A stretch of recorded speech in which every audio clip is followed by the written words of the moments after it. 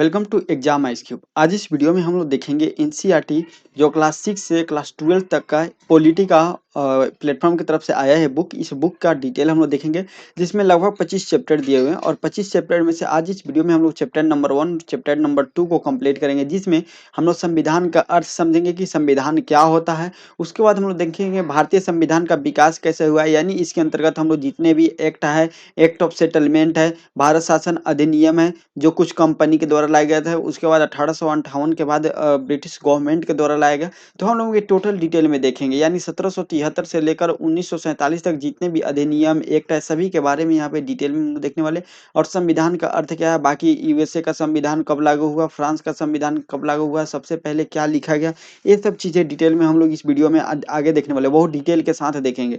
ये बुक पूरा एनसीईआरटी का निचोड़ है, एनसीईआरटी को पूरा निचोड़ करके एक अच्छा बहुत ही बेस्ट बुक बनाया गया। और लास्ट में हम लोग जब ये बुक खत्म कर लेंगे तो लास्ट में हम लोग 650 एमसीक्यूज भी कंप्लीट करने वाले हैं। तो इस बुक का कंप्लीट कराया जाएगा, इस चैनल पे डेली एक वीडियो आएगा और इसका पीडीएफ आपको इसी टेलीग्राम और व्हाट्सएप ग्रुप में दे दिया जाएगा, जहां से आप लोग डाउनलोड कर सकते हैं। ओके, अगर आप और वीडियो देखना चाहते हैं, जैसे किरण की तरफ से बहुत बेस्ट बुक आया था जो बिहार के किसी भी एग्जाम के लिए बहुत इंपॉर्टेंट है, तो आप लोग इसको भी स्टडी कर सकते हैं। और डेली रात को 9 बजे 6वीं मैम का स्पेशल एसएससी जीडी बहुत बेस्ट क्लास होता है, इसको भी आप लोग ज्वाइन कर सकते हैं डेली। ओके, और अगर आप एसएससी जीडी का प्लेटफॉर्म का क्वेश्चन बैंक देखना चाहते हैं तो वो भी यहाँ पे देख सकते हैं, जो लगभग 30 क्लास तक अपलोड कर दिया गया है। एग्जैक्ट लगभग नहीं, एग्जैक्ट 30 क्लास तक अपलोड कर दिया गया। और ये एडिटेरिया का बुक है जिसमें 10 प्रैक्टिस सेट दिया था लास्ट में, और टोटल 500 एमसीक्यूज को कंप्लीट कर दिया गया है। अगर आपको कोई प्रॉब्लम होता है तो आप 8287277311 नंबर पे कभी भी मैसेज करके अपना प्रॉब्लम को सॉल्व कर सकते हैं, कोशिश करेंगे। चलिए एक बार देख लेते हैं इसी में। बोल रहा है किसी संगठन के संचालन के लिए आवश्यक मूलभूत नियमों के संग्रहित रूप को उस संगठन का संविधान कहते हैं। ठीक है, यानी जैसे मान लेते हैं आपके फैमिली मेंबर है, आपके फैमिली एक संगठन है और वहाँ पे कुछ रूल होगा कि सुबह 6 बजे जगना है, 8 बजे आपको नाश्ता मिलेगा, 10 बजे आपको खाना मिलेगा। तो ये क्या हुआ, यह रूल हो गया आपके घर का, तो ये आपके फैमिली का एक संविधान हो गया। ठीक है, इस तरीके से संविधान को किया जाता है, यानी किसी भी संगठन या संचालन को चलाने के लिए जो भी आवश्यक चीज़ें या आवश्यक नियम और कानून की ज़रूरत पड़ती है उसे हम लोग संविधान बोलते हैं उस संगठन का। और वह संगठन हो सकता है या कोई देश हो सकता है। ठीक है, सामान्य रूप से संविधान शब्द का आशय किसी देश के संविधान से होता है। ठीक है, संविधान का क्या मतलब होता है, किसी देश के नियम और कानून से संबंधित होता है, उसे संविधान बोलते हैं। किसी देश के शासन संचालन के लिए आवश्यक मूलभूत नियमों के संग्रहित रूप को उस देश का संविधान बोलते हैं। ठीक है, अभी देखा जाए तो तीनों पॉइंट एक ही चीज बताता है, क्या बताता है, तो संविधान का मीनिंग बताता है। मतलब संविधान किसे हम लोग कहते हैं, संविधान का मतलब क्या होता है। यहाँ पे बोला है कि किसी देश के शासन संचालन के लिए जो भी नियम को संग्रहित किया जाता है, यानी जो भी नियम है देश को चलाने के लिए उसको संग्रहित रूप को हम लोग उस देश का संविधान बोलते हैं। ठीक है, नेक्स्ट पॉइंट है संविधान लिखित नियमों की ऐसी संहिता है जिसे किसी देश में रहने वाले सभी लोग सामूहिक रूप से मानते हैं। संविधान सर्वोच्च कानून है जिससे किसी निश्चित भूभाग यानी देश में रहने वाले लोगों नागरिकों के बीच आपसी संबंध तय होने के साथ साथ लोगों और सरकार के बीच के संबंध भी तय होते हैं। ठीक है, यानी संविधान क्या होता है, किसी निश्चित भूभाग, जैसे ये जो भारत है तो भारत का संविधान, भारत का जो संविधान एक केवल भारत में ही लागू होगा, ये पाकिस्तान में लागू नहीं होगा। ठीक है, ये चीज़ आप ध्यान में रखिएगा। ठीक है, और संविधान क्या है, सरकार हमको क्या अधिकार दे रही है नागरिक को, और नागरिक को क्या कर्तव्य है देश के प्रति। तो ये सरकार और नागरिक के बीच जो संबंध है उस संबंध को बताता है संविधान। ठीक है, चलिए नेक्स्ट है संविधान देश में साथ रह रहे विभिन्न वर्गों के लोगों के बीच जरूरी भरोसा और सहयोग विकसित करता है। ठीक है, ये भी पॉइंट सही है। तो देखिए आप ये जो पॉइंट आपको लग रहा होगा कि ये सब इम्पोर्टेंट नहीं है, ये तो क्या है, तो संविधान के बारे में बता रहे हैं। लेकिन क्या होगा कि अगर आप पीसीएस लेवल का, ठीक है, पीसीएस लेवल का या यूपीएससी लेवल का जब आप एग्जाम दीजिएगा तो उसमें जो क्वेश्चन आता है वह कथन और निष्कर्ष ऐसे टाइप से क्वेश्चन आता है। तो इसमें ये लाइन, डायरेक्ट लाइन आपको इस टाइप का लाइन देखने को मिल जाएगा, तो आप लोग ये सब ध्यान से देखिए। नेक्स्ट है संविधान स्पष्ट स्पष्ट करता है कि सरकार का गठन कैसे होगा और किसे फैसले लेने का अधिकार होगा। ओके, ये इंपॉर्टेंट पॉइंट है। संविधान क्या स्पष्ट करता है कि सरकार का गठन कैसे होगा, ठीक है? ये संविधान के में लिखा रहता है और किसे फैसले लेने का अधिकार है, जो फैसला लेने का अधिकार है, वो कौन फैसला ले सकता है, ये भी संविधान के थ्रू ही सब स्पष्ट रहता है। एवरीथिंग जो होता है वो संविधान में लिखे रहते हैं।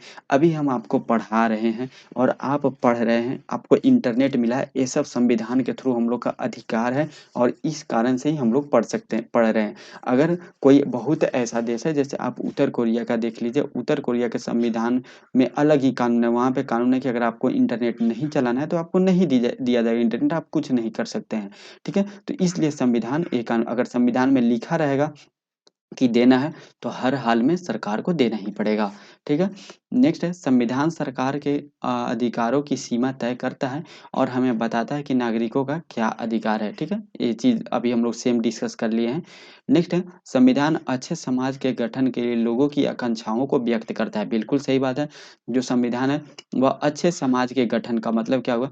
जैसे आप देख सकते हैं जब तक संविधान नहीं बना था, यानी 1900 आप जो आज़ादी से पहले ही देख लीजिए, 1947 से पहले ही देख लीजिए, हमारे देश में छुआ-छूत को लेकर कितना भावना था, ठीक है? बहुत छुआ-छूत की भावनाएँ थी हमारे समाज में, लेकिन धीरे-धीरे हमारे संविधान में अनुच्छेद 17 आया और ये बताया गया, धीरे-धीरे लोगों को जागरूक किया गया कि संविधान में ये गलत है, ऐसे आप नहीं कर सकते।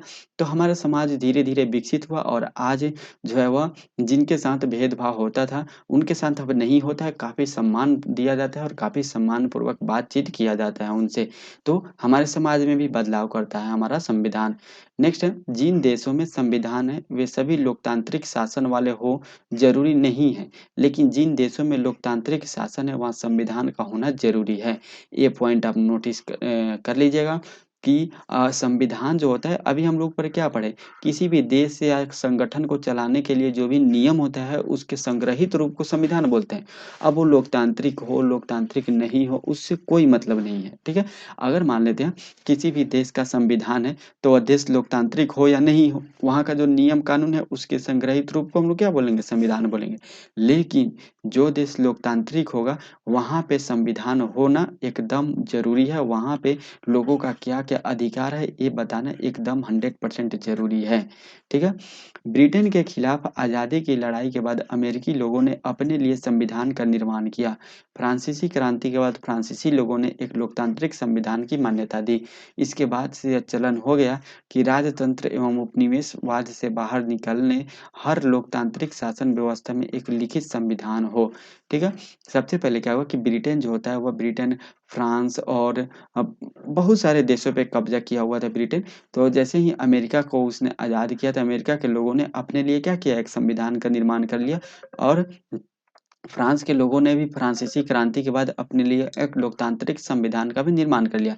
उसके बाद धीरे-धीरे लोग विकसित होते चले गए और जिन-जिन देशों को ब्रिटेन ने अपना गुलाम बनाया हुआ था, जैसे-जैसे वहाँ से लोग भी हटते गए और जिस देशों में बहुत बड़े पैमाने पे राजतंत्र था, वहाँ पे राजतंत्र को ख़त्म किया गया और लोकतांत्रिक व्यवस्था अपनाया गया। ठीक है? चलिए नेक्स्ट हम देख लेते हैं। संयुक्त राज्य अमेरिका का संविधान विश्व का प्रथम लिखित संविधान है जो 1787 में फिलाडेल्फिया सम्मेलन के द्वारा निर्माण किया गया और 4 मार्च 1779 को लागू किए गए।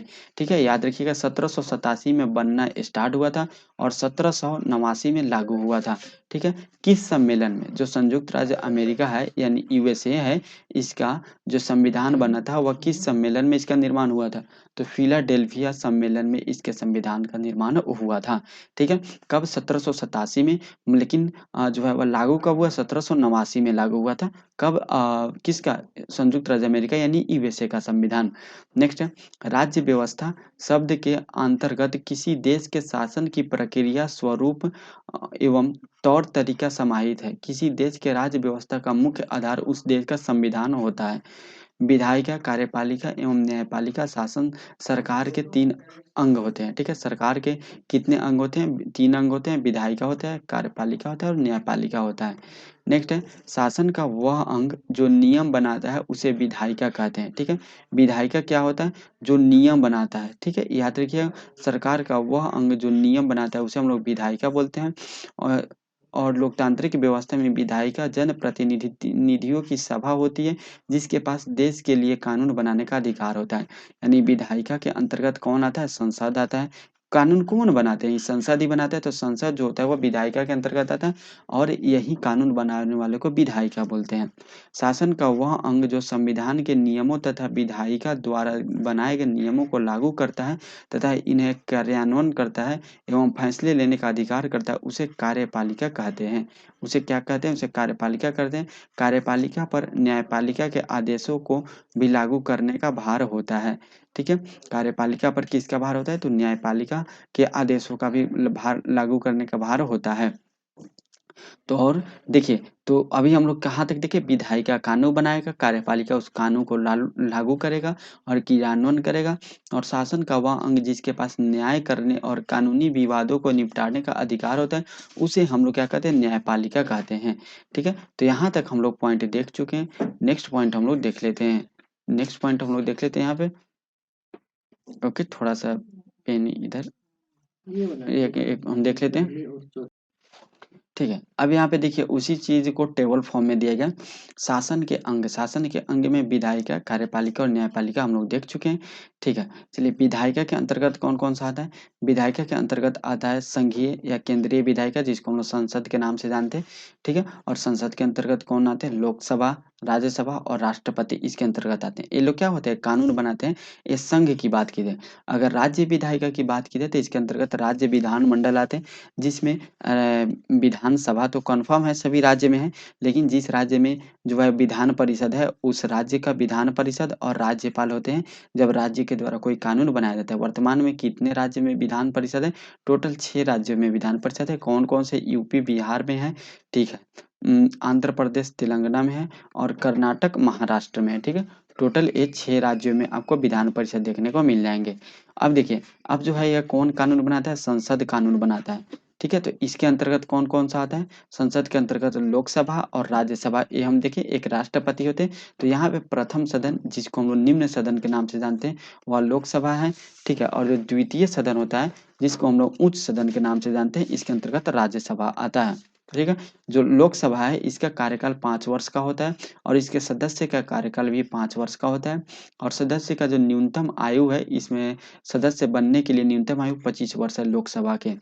वहीं अगर हम लोग बात करें कि सदस्य का सदन का, राज्यसभा की बात करें तो राज्यसभा का जो सदन है, इसका कार्यकाल अस्थायी सदन है। इसका जो है वह कभी भंग नहीं हो सकता है राज्यसभा, लेकिन इनके सदस्य का जो कार्यकाल है वह 6 वर्ष का होता है और सदस्य के लिए जो न्यूनतम आयु है कितनी है? 30 वर्ष है इनकी न्यूनतम आयु। तो याद रखिएगा, जो उच्च सदन है उनका तो ऊंचा रहेगा हर चीज, यानी उनका एज भी ज्यादा चाहिए, तो एज कितना होगा? 5 वर्ष का एज होगा। जो निम्न सदन है उसके सदस्यों का कार्यकाल 5 वर्ष का है, लेकिन जो उच्च सदन है उनका 1 वर्ष ज़्यादा होगा, क्योंकि उच्च सदन है। ठीक है? तो हर चीज़ थोड़ा-सा ऊँचा होगा, ये चीज़ ध्यान में रखिएगा, तो आपको भूलिएगा नहीं कभी। नेक्स्ट पॉइंट हम लोग देख लेते हैं राज्य विधानमंडल के बारे में। जिस तरह संघ में व्यवस्था है, सेम वैसा ही व्यवस्था कहाँ पे है? राज्य में है, सभी राज्यों में। अब राज्य विधानमंडल में भी विधानसभा और विधान परिषद होते हैं, सेम व्यवस्था है। विधानसभा को हम लोग निम्न सदन बोलते हैं और विधान परिषद को हम लोग उच्च सदन के नाम से जानते हैं। सदन का कार्यकाल इसमें भी 5 वर्ष का होता है और विधानसभा का भी जो सदस्य का कार्यकाल होता है, ये भी 5 वर्ष का होता है। इसमें भी विधानसभा का सदस्य बनने के लिए आपको 25 वर्ष का ही एज चाहिए और जो है वह उपस्थिति जो होता है, इसमें कौन-कौन से उपस्थित हो सकते हैं? तो सभी राज्य एवं 3 संघ राज्य क्षेत्र में जो है वह है विधानसभा, विधानसभा जो है सभी राज्य में है और 3 संघ राज्य क्षेत्र में है। 3 संघ राज्य क्षेत्र जहाँ विधानसभा का उपबंध है, दिल्ली, पुडुचेरी और जम्मू कश्मीर में। ये 3 ऐसे संघ क्षेत्र यानी 3 ऐसे यूटी है, जहाँ पे आपको विधानसभा की व्यवस्था देखने को मिल जाएगी। दिल्ली, पुडुचेरी और जम्मू कश्मीर, बाकी सभी राज्य में। बाकी यूटी पे किसका शासन होता है? राष्ट्रपति का शासन होता है, तो इसलिए वहाँ पे विधानसभा या विधान परिषद की व्यवस्था नहीं की जाती है। अगर हम लोग विधान परिषद के बारे में देखें, तो इसका कार्यकाल या अस्थायी होता है, सेम ऐसा ही जैसे राज्यसभा था। इसके भी सदस्यों का कार्यकाल 6 वर्ष का होता है। सदस्य के लिए न्यूनतम आयु 30 वर्ष होती है और वर्तमान में 6 राज्य में कौन-कौन से राज्य में विधान परिषद है? उत्तर प्रदेश, बिहार, महाराष्ट्र, कर्नाटक, आंध्र प्रदेश और तेलंगाना में विधान परिषद की व्यवस्था है। किसी राज्य में इसका सृजन या उत्थान किया जा सकता है, कि जो विधान परिषद है वह किसी राज्य में इसको बनाया जा सकता है और यहाँ से हटाया भी जा सकता है। अभी वेस्ट बंगाल जो ममता बनर्जी है, इन्होंने काफ़ी दिनों से रिक्वेस्ट कर रही है कि हमारे यहाँ भी विधान परिषद बनाया जाए, लेकिन वह अप्रूवल नहीं हो रहा है, वह संसद के ऊपर डिपेंड करता है। चलिए नेक्स्ट पॉइंट हम लोग देख लेते हैं। नेक्स्ट पॉइंट क्या बोल रहा है यहाँ पे, नेक्स्ट पॉइंट है यहाँ पे कार्यपालिका के बारे में बताया गया। कार्यपालिका दो होते हैं, अगर केंद्र की बात करें तो केंद्रीय कार्यपालिका होते हैं, और राज्य की बात करें तो राज्य कार्यपालिका होते हैं। केंद्रीय कार्यपालिका के अंतर्गत कौन कौन से आते हैं? राष्ट्रपति आते हैं। जो राष्ट्रपति होते हैं वह संवैधानिक कार्यपालिका प्रमुख होते हैं। जो कार्यपालिका का संवैधानिक प्रमुख कौन होते हैं? वह होते हैं राष्ट्रपति, और इनका निर्वाचन निर्वाचक मंडल द्वारा किया जाता है। और राष्ट्रपति बनने का न्यूनतम आयु कितनी होनी चाहिए? 35 वर्ष होनी चाहिए। तभी हम लोग 3 जगह आयु यानी के बारे में पढ़ चुके हैं। अगर आपको लोकसभा का सदस्य बनना है तो न्यूनतम आयु 25 वर्ष होना चाहिए, राज्यसभा का सदस्य बनना है तो न्यूनतम आयु 30 वर्ष होना चाहिए, और आपको प्रेसिडेंट बनना है यानी राष्ट्रपति बनना है तो 35 वर्ष एज होना चाहिए, 5-5 वर्ष बढ़ाते जाइए। अगर आपको विधान सभा का भी सदस्य बनना है तो 25 वर्ष एज होना चाहिए, विधान परिषद का भी सदस्य बनना है तो 30 वर्ष एज होना चाहिए, ये याद रखिएगा। ठीक है, चलिए नेक्स्ट हम लोग देख लेते हैं मंत्रिपरिषद। मंत्रिपरिषद जो होता है वह, मंत्रिपरिषद में मंत्रियों की श्रेणियां होती है। जो केंद्र का कार्यपालिका होता है, केंद्रीय कार्यपालिका, इसके अंतर्गत दो आते हैं, एक राष्ट्रपति आते हैं और एक मंत्रिपरिषद आते हैं। मंत्रिपरिषद में मंत्रियों की कौन कौन से? कैबिनेट मंत्री होते हैं जो केंद्रीय मंत्री होते हैं, जैसे नितिन गडकरी हुए, गृह मंत्री जो है वो अमित शाह हुए, राजनाथ सिंह हुए, रक्षा मंत्री, ये सब डायरेक्ट केंद्रीय मंत्री हैं। इनके नीचे इनके साथ में होता है एक राज्य मंत्री होते हैं, फिर एक उप मंत्री होते हैं। ठीक है, तो ये सभी मंत्री परिषद के अंतर्गत आते हैं। जो राज्य मंत्री होते हैं यह कैबिनेट मंत्री के सहायक के रूप में काम करते हैं, राज्य मंत्री। और राज्य मंत्री एक स्वतंत्र प्रभार भी होता है। जो सामूहिक रूप से उत्तरदायी किसके? लोकसभा के प्रति जो है वो उत्तरदायी होते हैं। राज्य मंत्री जो होते हैं वह कैबिनेट मंत्री के सहायक के रूप में काम करते हैं और सामूहिक रूप से लोकसभा के प्रति उत्तरदायी होते हैं। और मंत्री परिषद का प्रमुख कौन होता है? प्रधानमंत्री होता है। ठीक है, जो मंत्री परिषद होता है उसके प्रमुख कौन होता है? प्रधानमंत्री होता है। अब हम लोग देख लेंगे राज्य कार्यपालिका के बारे में। देखें तो यहाँ पे राज्य कार्यपालिका में भी सेम ऐसा ही राज्यपाल और मंत्री परिषद होता है। राज्यपाल जो है या संवैधानिक कार्यपालिका का प्रमुख होता है राज्य में। ठीक है, कहाँ पे? राज्य में। और इनकी नियुक्ति राष्ट्रपति के द्वारा की जाती है, राज्यपाल की नियुक्ति, और इनका भी एज 35 वर्ष चाहिए। तो ऊपर जो हम लोग एज से रिलेटेड जो भी फैक्ट देख रहे थे, यहाँ पे एक चीज़ हम लोग ऐड कर देंगे कि अगर आपको गवर्नर यानी राज्यपाल बनना है तो आपका एज 35 वर्ष होना चाहिए। ठीक है, उसके बाद अगर हम राज्य के कार्यपालिका में और आते हैं मंत्रिपरिषद, जिसमें मंत्रियों की श्रेणी देखें तो कैबिनेट मंत्री, राज्य मंत्री और जो है वह उप मंत्री होते हैं। ठीक है, यहाँ पे कैबिनेट मंत्री की जगह पे आप जो है वह जो कैबिनेट होते हैं यानी विधानसभा में मंत्री जो होते हैं उनकी बात की गई है। ठीक है, विधानसभा में जो मंत्री होते हैं उनकी बात की गई है। तो कैबिनेट मंत्री के सहायक होते हैं राज्य मंत्री। सेम व्यवस्था है, जो व्यवस्था केंद्र में है वही सेम व्यवस्था राज्य में भी है। जो है वह कैबिनेट मंत्री जो होते हैं वह सामूहिक रूप से किसके प्रति उत्तरदायी होते हैं? विधानसभा के प्रति। और मंत्री परिषद का प्रमुख कौन होता है? मुख्यमंत्री होता है मंत्री परिषद का प्रमुख। ओके, अब हम लोग देख लेते हैं न्यायपालिका। न्यायपालिका के अंतर्गत भी 3 आते हैं। एक उच्चतम न्यायालय आते हैं जिसको हम लोग सुप्रीम कोर्ट के नाम से जानते हैं, एक उच्च न्यायालय आते हैं जिसको हम लोग हाई कोर्ट के नाम से जानते हैं, और एक निम्न या अधीनस्थ न्यायालय आता है जिसको हम लोग डिस्ट्रिक्ट कोर्ट के नाम से जानते हैं। ठीक है, भारत क्या है? भारत राज्यों का संघ है, यूनियन ऑफ स्टेट है।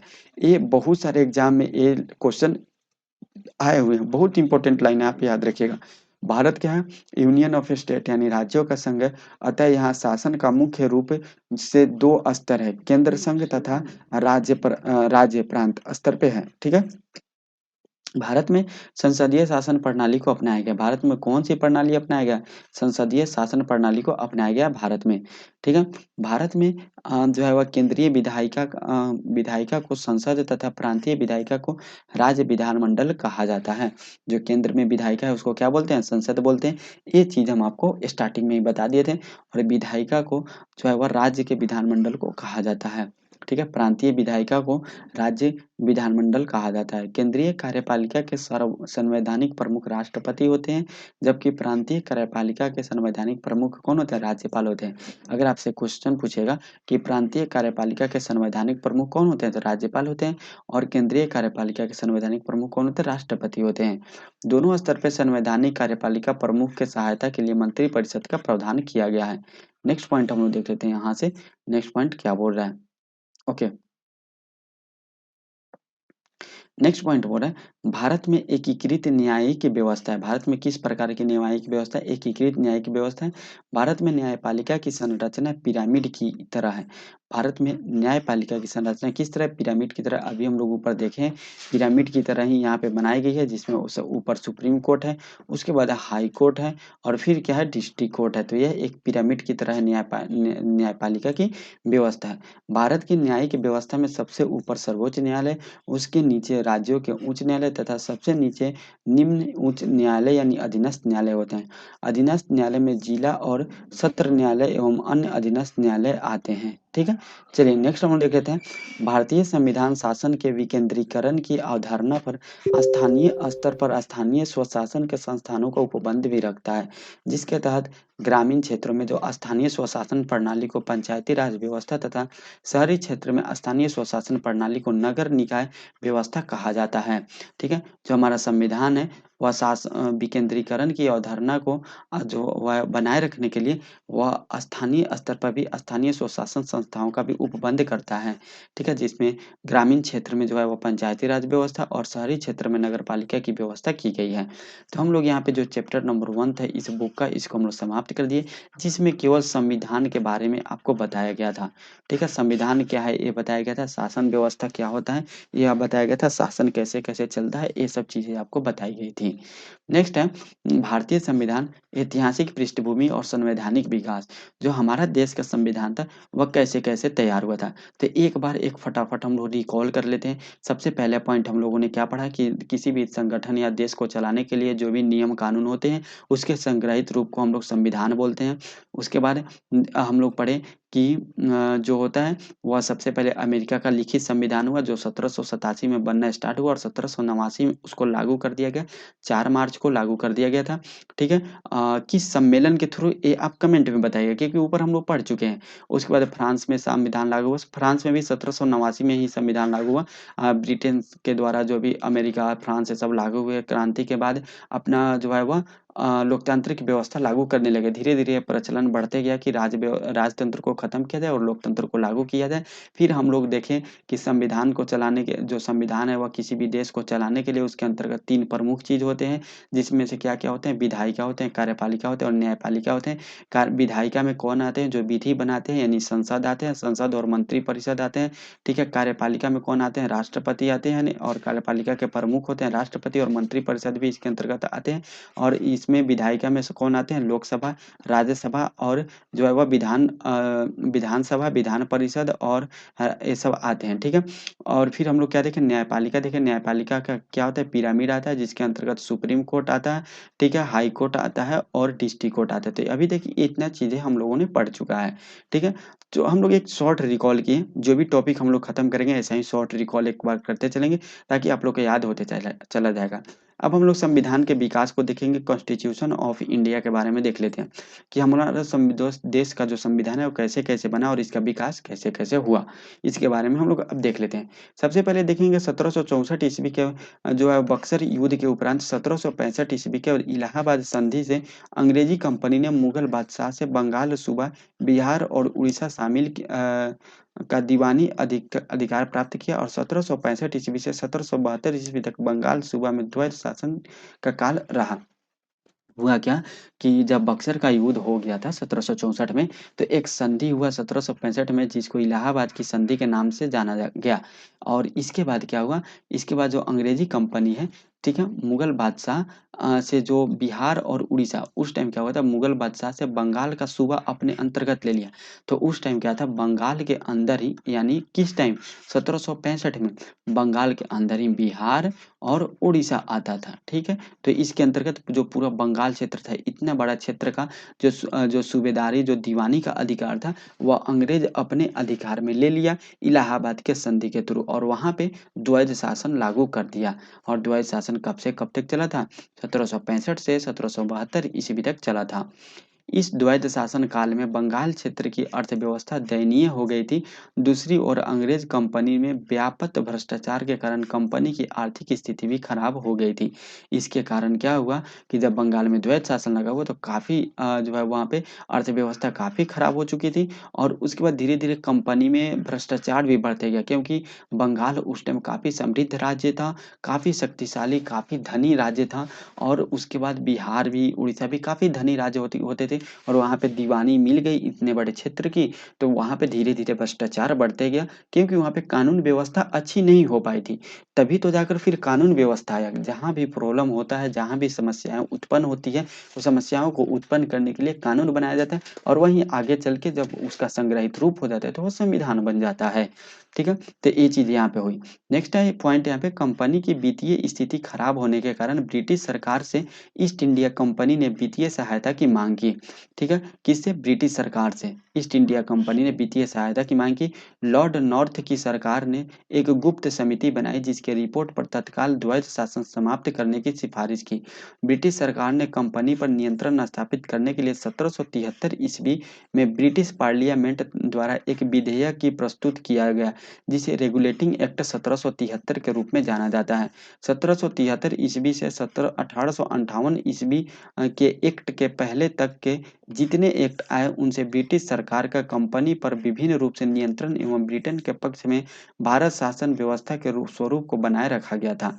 अब देखिए हुआ क्या कि जब यहाँ पे कंपनी अपना मनमानी से चलाती थी शासन, ठीक है? हुआ क्या 1700 जो है वह द्वैध शासन लागू हुआ था 1700 जो 1765 में द्वैध शासन लागू हुआ, उसके बाद से क्या हुआ स्थिति धीरे-धीरे खराब होती चली गई। तो ईस्ट इंडिया कंपनी ने क्या किया सहायता माँगा ब्रिटिश सरकार से लेकिन ब्रिटिश सरकार ने सोचा कि अगर इस प्राइवेट कंपनी के हाथ में अगर हम शासन देंगे तो आगे चल के कुछ भी गड़बड़ी होता है, तो इस पे ब्लेम ब्रिटिश गवर्नमेंट के ऊपर आएगा। तो धीरे-धीरे ब्रिटिश गवर्नमेंट ने क्या किया कि नियम कानून बनाकर कंपनी जो है उस पे नियंत्रण स्थापित करना स्टार्ट हुआ और कंपनी पर नियंत्रण करते गया और अपना पावर जो है, अपना शासन करने की व्यवस्था ब्रिटिश गवर्नमेंट भारत में शासन करने की व्यवस्था को बढ़ाते गया। तो इसी तरीका से लेकर रेगुलेटिंग एक्ट 1773 आया, जिसके तहत क्या किया गया, द्वैध शासन को एक पहले गुप्त समिति बनाया गया, उसको तहत द्वैध शासन समाप्त कर दिया गया और 1773 का रेगुलेटिंग एक्ट लाया गया था। ठीक है? जिसमें क्या किया गया जो है वो कंपनी पर नियंत्रित स्थापित करने की कोशिश की गई 1773 से 1858 तक। उसके बाद क्या हुआ 1858 ईस्वी के भारत सरकार अधिनियम द्वारा भारत में कंपनी के शासन को समाप्त कर ब्रिटिश ताज के शासन को आरंभ किया गया था। उसके बाद क्या किया गया धीरे-धीरे उस पे नियंत्रण करते-करते एक दिन क्या हुआ 1858 में उसकी शासन को समाप्त कर दिया गया और ब्रिटिश गवर्नमेंट अपने अंडर में सब चीज़ व्यवस्था को ले ली थी। अब हम लोग देख लेते हैं धीरे-धीरे सब चीज़ कैसे-कैसे संविधान का निर्माण हुआ, ये चीज़ें देख रहे हैं। 1858 ईस्वी के भारत सरकार अधिनियम से 1947 ईस्वी के पूर्व तक के अधिनियमों द्वारा ब्रिटिश सरकार भारत में अपनी शासन को बचाए रखने के प्रयास करती रही। अंततः 1947 ईस्वी में भारत स्वतंत्रता अधिनियम द्वारा भारत की स्वतंत्रता निश्चित हुई, साथ ही साथ भारत विभाजन का दंश मिला। ठीक है? हुआ क्या कि अब क्या हुआ कि अब 1898 में जब ब्रिटिश गवर्नमेंट के अंडर में भारत का शासन आ चुका था, तो इसने अब ऐसे-ऐसे नियम कानून लाते गए भारतीयों को कुछ-कुछ लालच देते गए, जिससे क्या होगा कि जिससे अपना जो शासन है वह कायम रखा जा सके। इसके लिए कभी-कभी आप पढ़ते होंगे कि शिक्षा पे 1 लाख रुपए खर्च किए गए, लोगों को ये व्यवस्था दी गई, लोगों को उपाधि दी गई, भारतीयों को जो है वह परिषद में शामिल किया गया। तो ये सब व्यवस्था जो है वो अपने शासन को बचाने के लिए British government time to time जो है यह नियम लाते रहती थी।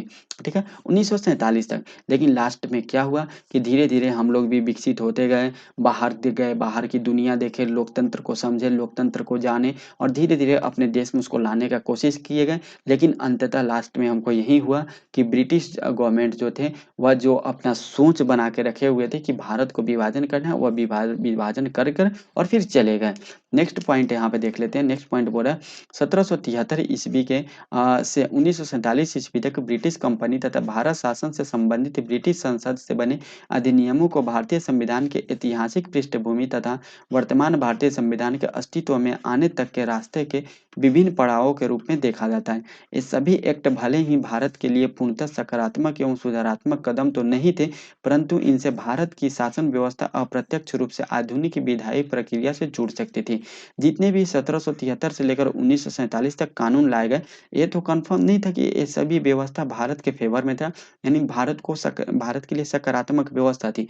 लेकिन जो हमारा संविधान का निर्माण हुआ, कहीं न कहीं जो हमारे दिमाग में संविधान निर्माण करने की उपज आई, हम लोग को अधिकार माँगने का हमारे दिमाग में ये चीज़ उपज आया कि हम लोग को अधिकार चाहिए, ये चीज़ चाहिए, हर चीज़ हम लोग माँगना स्टार्ट किए। नियम कानून कैसे बनाता है, इसको बनाने का जो हम लोग को आइडिया आया, कहीं न कहीं यहीं से निकल कर आते गया और धीरे-धीरे हमारे संविधान में ये सब चीज़ें शामिल होते गया। नेक्स्ट पॉइंट हम लोग देख लेते हैं यहाँ से। वीडियो आप लोग को कैसा लग रहा है, एक बार कमेंट करके ज़रूर बताइएगा, ठीक है? और कैसे और इम्प्रूव किया जा सकता है, ये भी कमेंट करके बताइएगा। आप लोग चैनल को सब्सक्राइब करके बेल आइकन को दबा दीजिएगा ताकि आने वाले सभी वीडियो का नोटिफिकेशन आपको मिलते रहे। नेक्स्ट है ब्रिटिश संसद के भारत के संदर्भ में पारित विभिन्न अधिनियमों की सूची एवं शीर्षकवार रूप से मुख्य प्रावधानों सहित उनकी प्रस्तुति अग्रलिखित रूप में है। अब जो 1773 से लेकर 1947 तक जो भी यहाँ पे नियम कानून आए थे, वो एक बार लिस्ट दिया गया है, ठीक है? जैसे रेगुलेटिंग एक्ट 1773 आया था, फिर उसके बाद आया संशोधन अधिनियम 1781 जो कि 1773 में संशोधन करना था। अब देखिए संशोधन यहाँ से हम लोग को दिमाग में है कि संशोधन भी हो सकता है नियम कानून में। उसके बाद पिट्स इंडिया एक्ट आया 1784 में, फिर इसमें संशोधन अधिनियम आया 1786 में। उसके बाद चार्टर एक्ट आया। चार्टर एक्ट देखिए कितना है, 1793 में चार्टर एक्ट, 1813 में, 1833 में और 1853 में।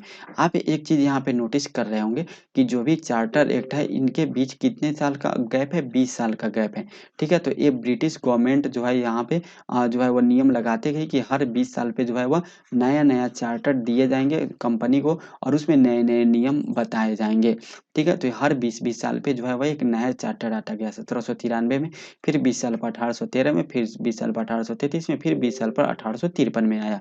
उसके बाद हुआ क्या कि 1853 में भी 20 साल पे आता, कब? 1873 में। लेकिन बीच में क्या हो गया, 1857 का क्रांति हो गया, जिसके कारण जो है वह उसमें काफ़ी नरसंहार देखने को मिला। इंटरनेशनल लेवल पे ब्रिटेन का काफ़ी जो है बेइज्जती हुआ। उसके बाद क्या हुआ, उसके बाद यही व्यवस्था हुआ कि भारत सरकार जो है वह अधिनियम लाया गया 1858, जिसके कारण जो है ब्रिटिश गवर्नमेंट को एक मौका मिल गया। ब्रिटिश गवर्नमेंट ऐसे मौका खोज भी रही थी और उसको एक मौका मिल गया कि कंपनी का शासन हम किसी तरह हटा दें, और इसी का फ़ायदा उठाकर कंपनी का शासन हटा दी ब्रिटिश गवर्नमेंट और अपना शासन ला दी।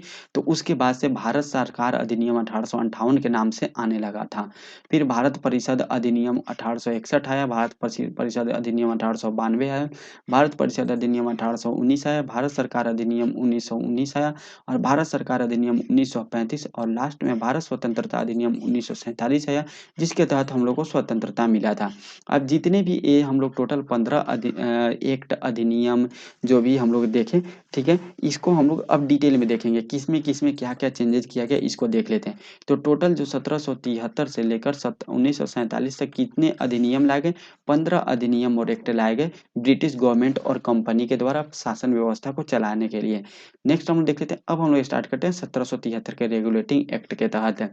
बंगाल के गवर्नर पद को गवर्नर जनरल ऑफ बंगाल के पद के रूप में स्थापित किया गया।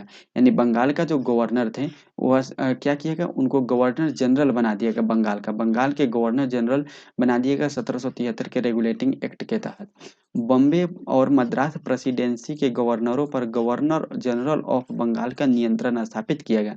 पहले क्या था, जो बंगाल के गवर्नर होते थे, उनका अधिकार केवल और केवल बंगाल के क्षेत्र पे ही था, और जैसे ही बंगाल के गवर्नर को गवर्नर जनरल बना दिया गया, तो इनके अंदर में बम्बई का भी क्षेत्र आ गया और मद्रास का भी क्षेत्र आ गया 1773 के रेगुलेटिंग एक्ट के तहत।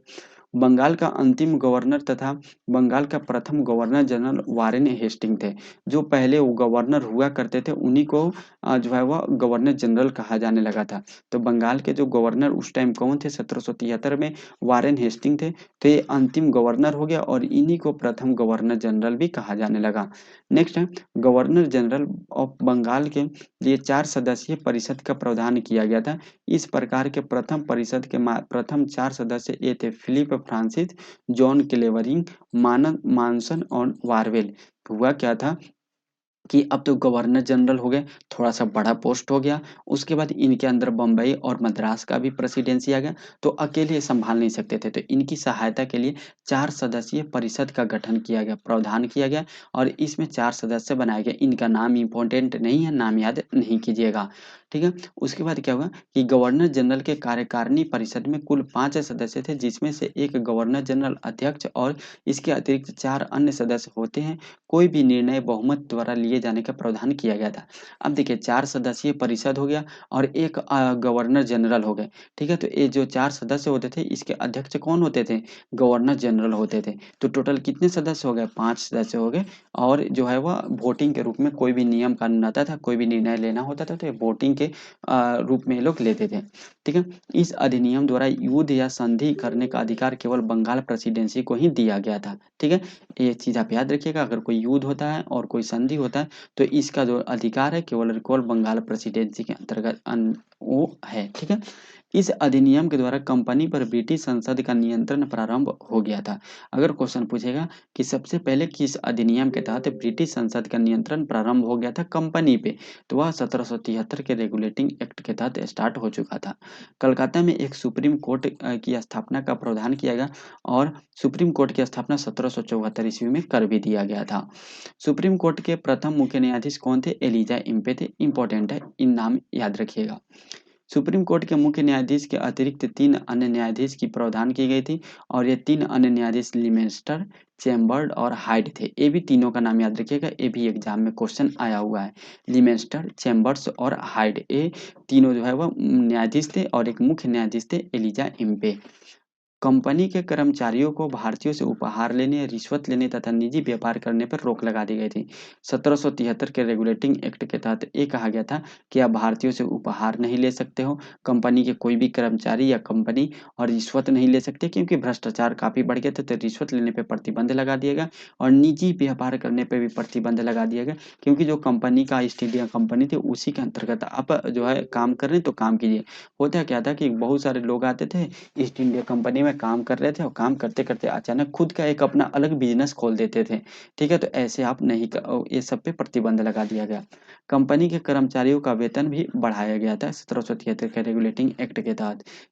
कोर्ट ऑफ डायरेक्टर्स यानी कोर्ट ऑफ डायरेक्टर्स के सदस्य का कार्यकाल 4 वर्ष के लिए निश्चित किया गया था, ठीक है? कोर्ट ऑफ डायरेक्टर्स का सदस्य जो थे उसके कार्यकाल कितने साल के लिए निश्चित किया गया था? 4 साल के लिए निश्चित कर दिया गया था।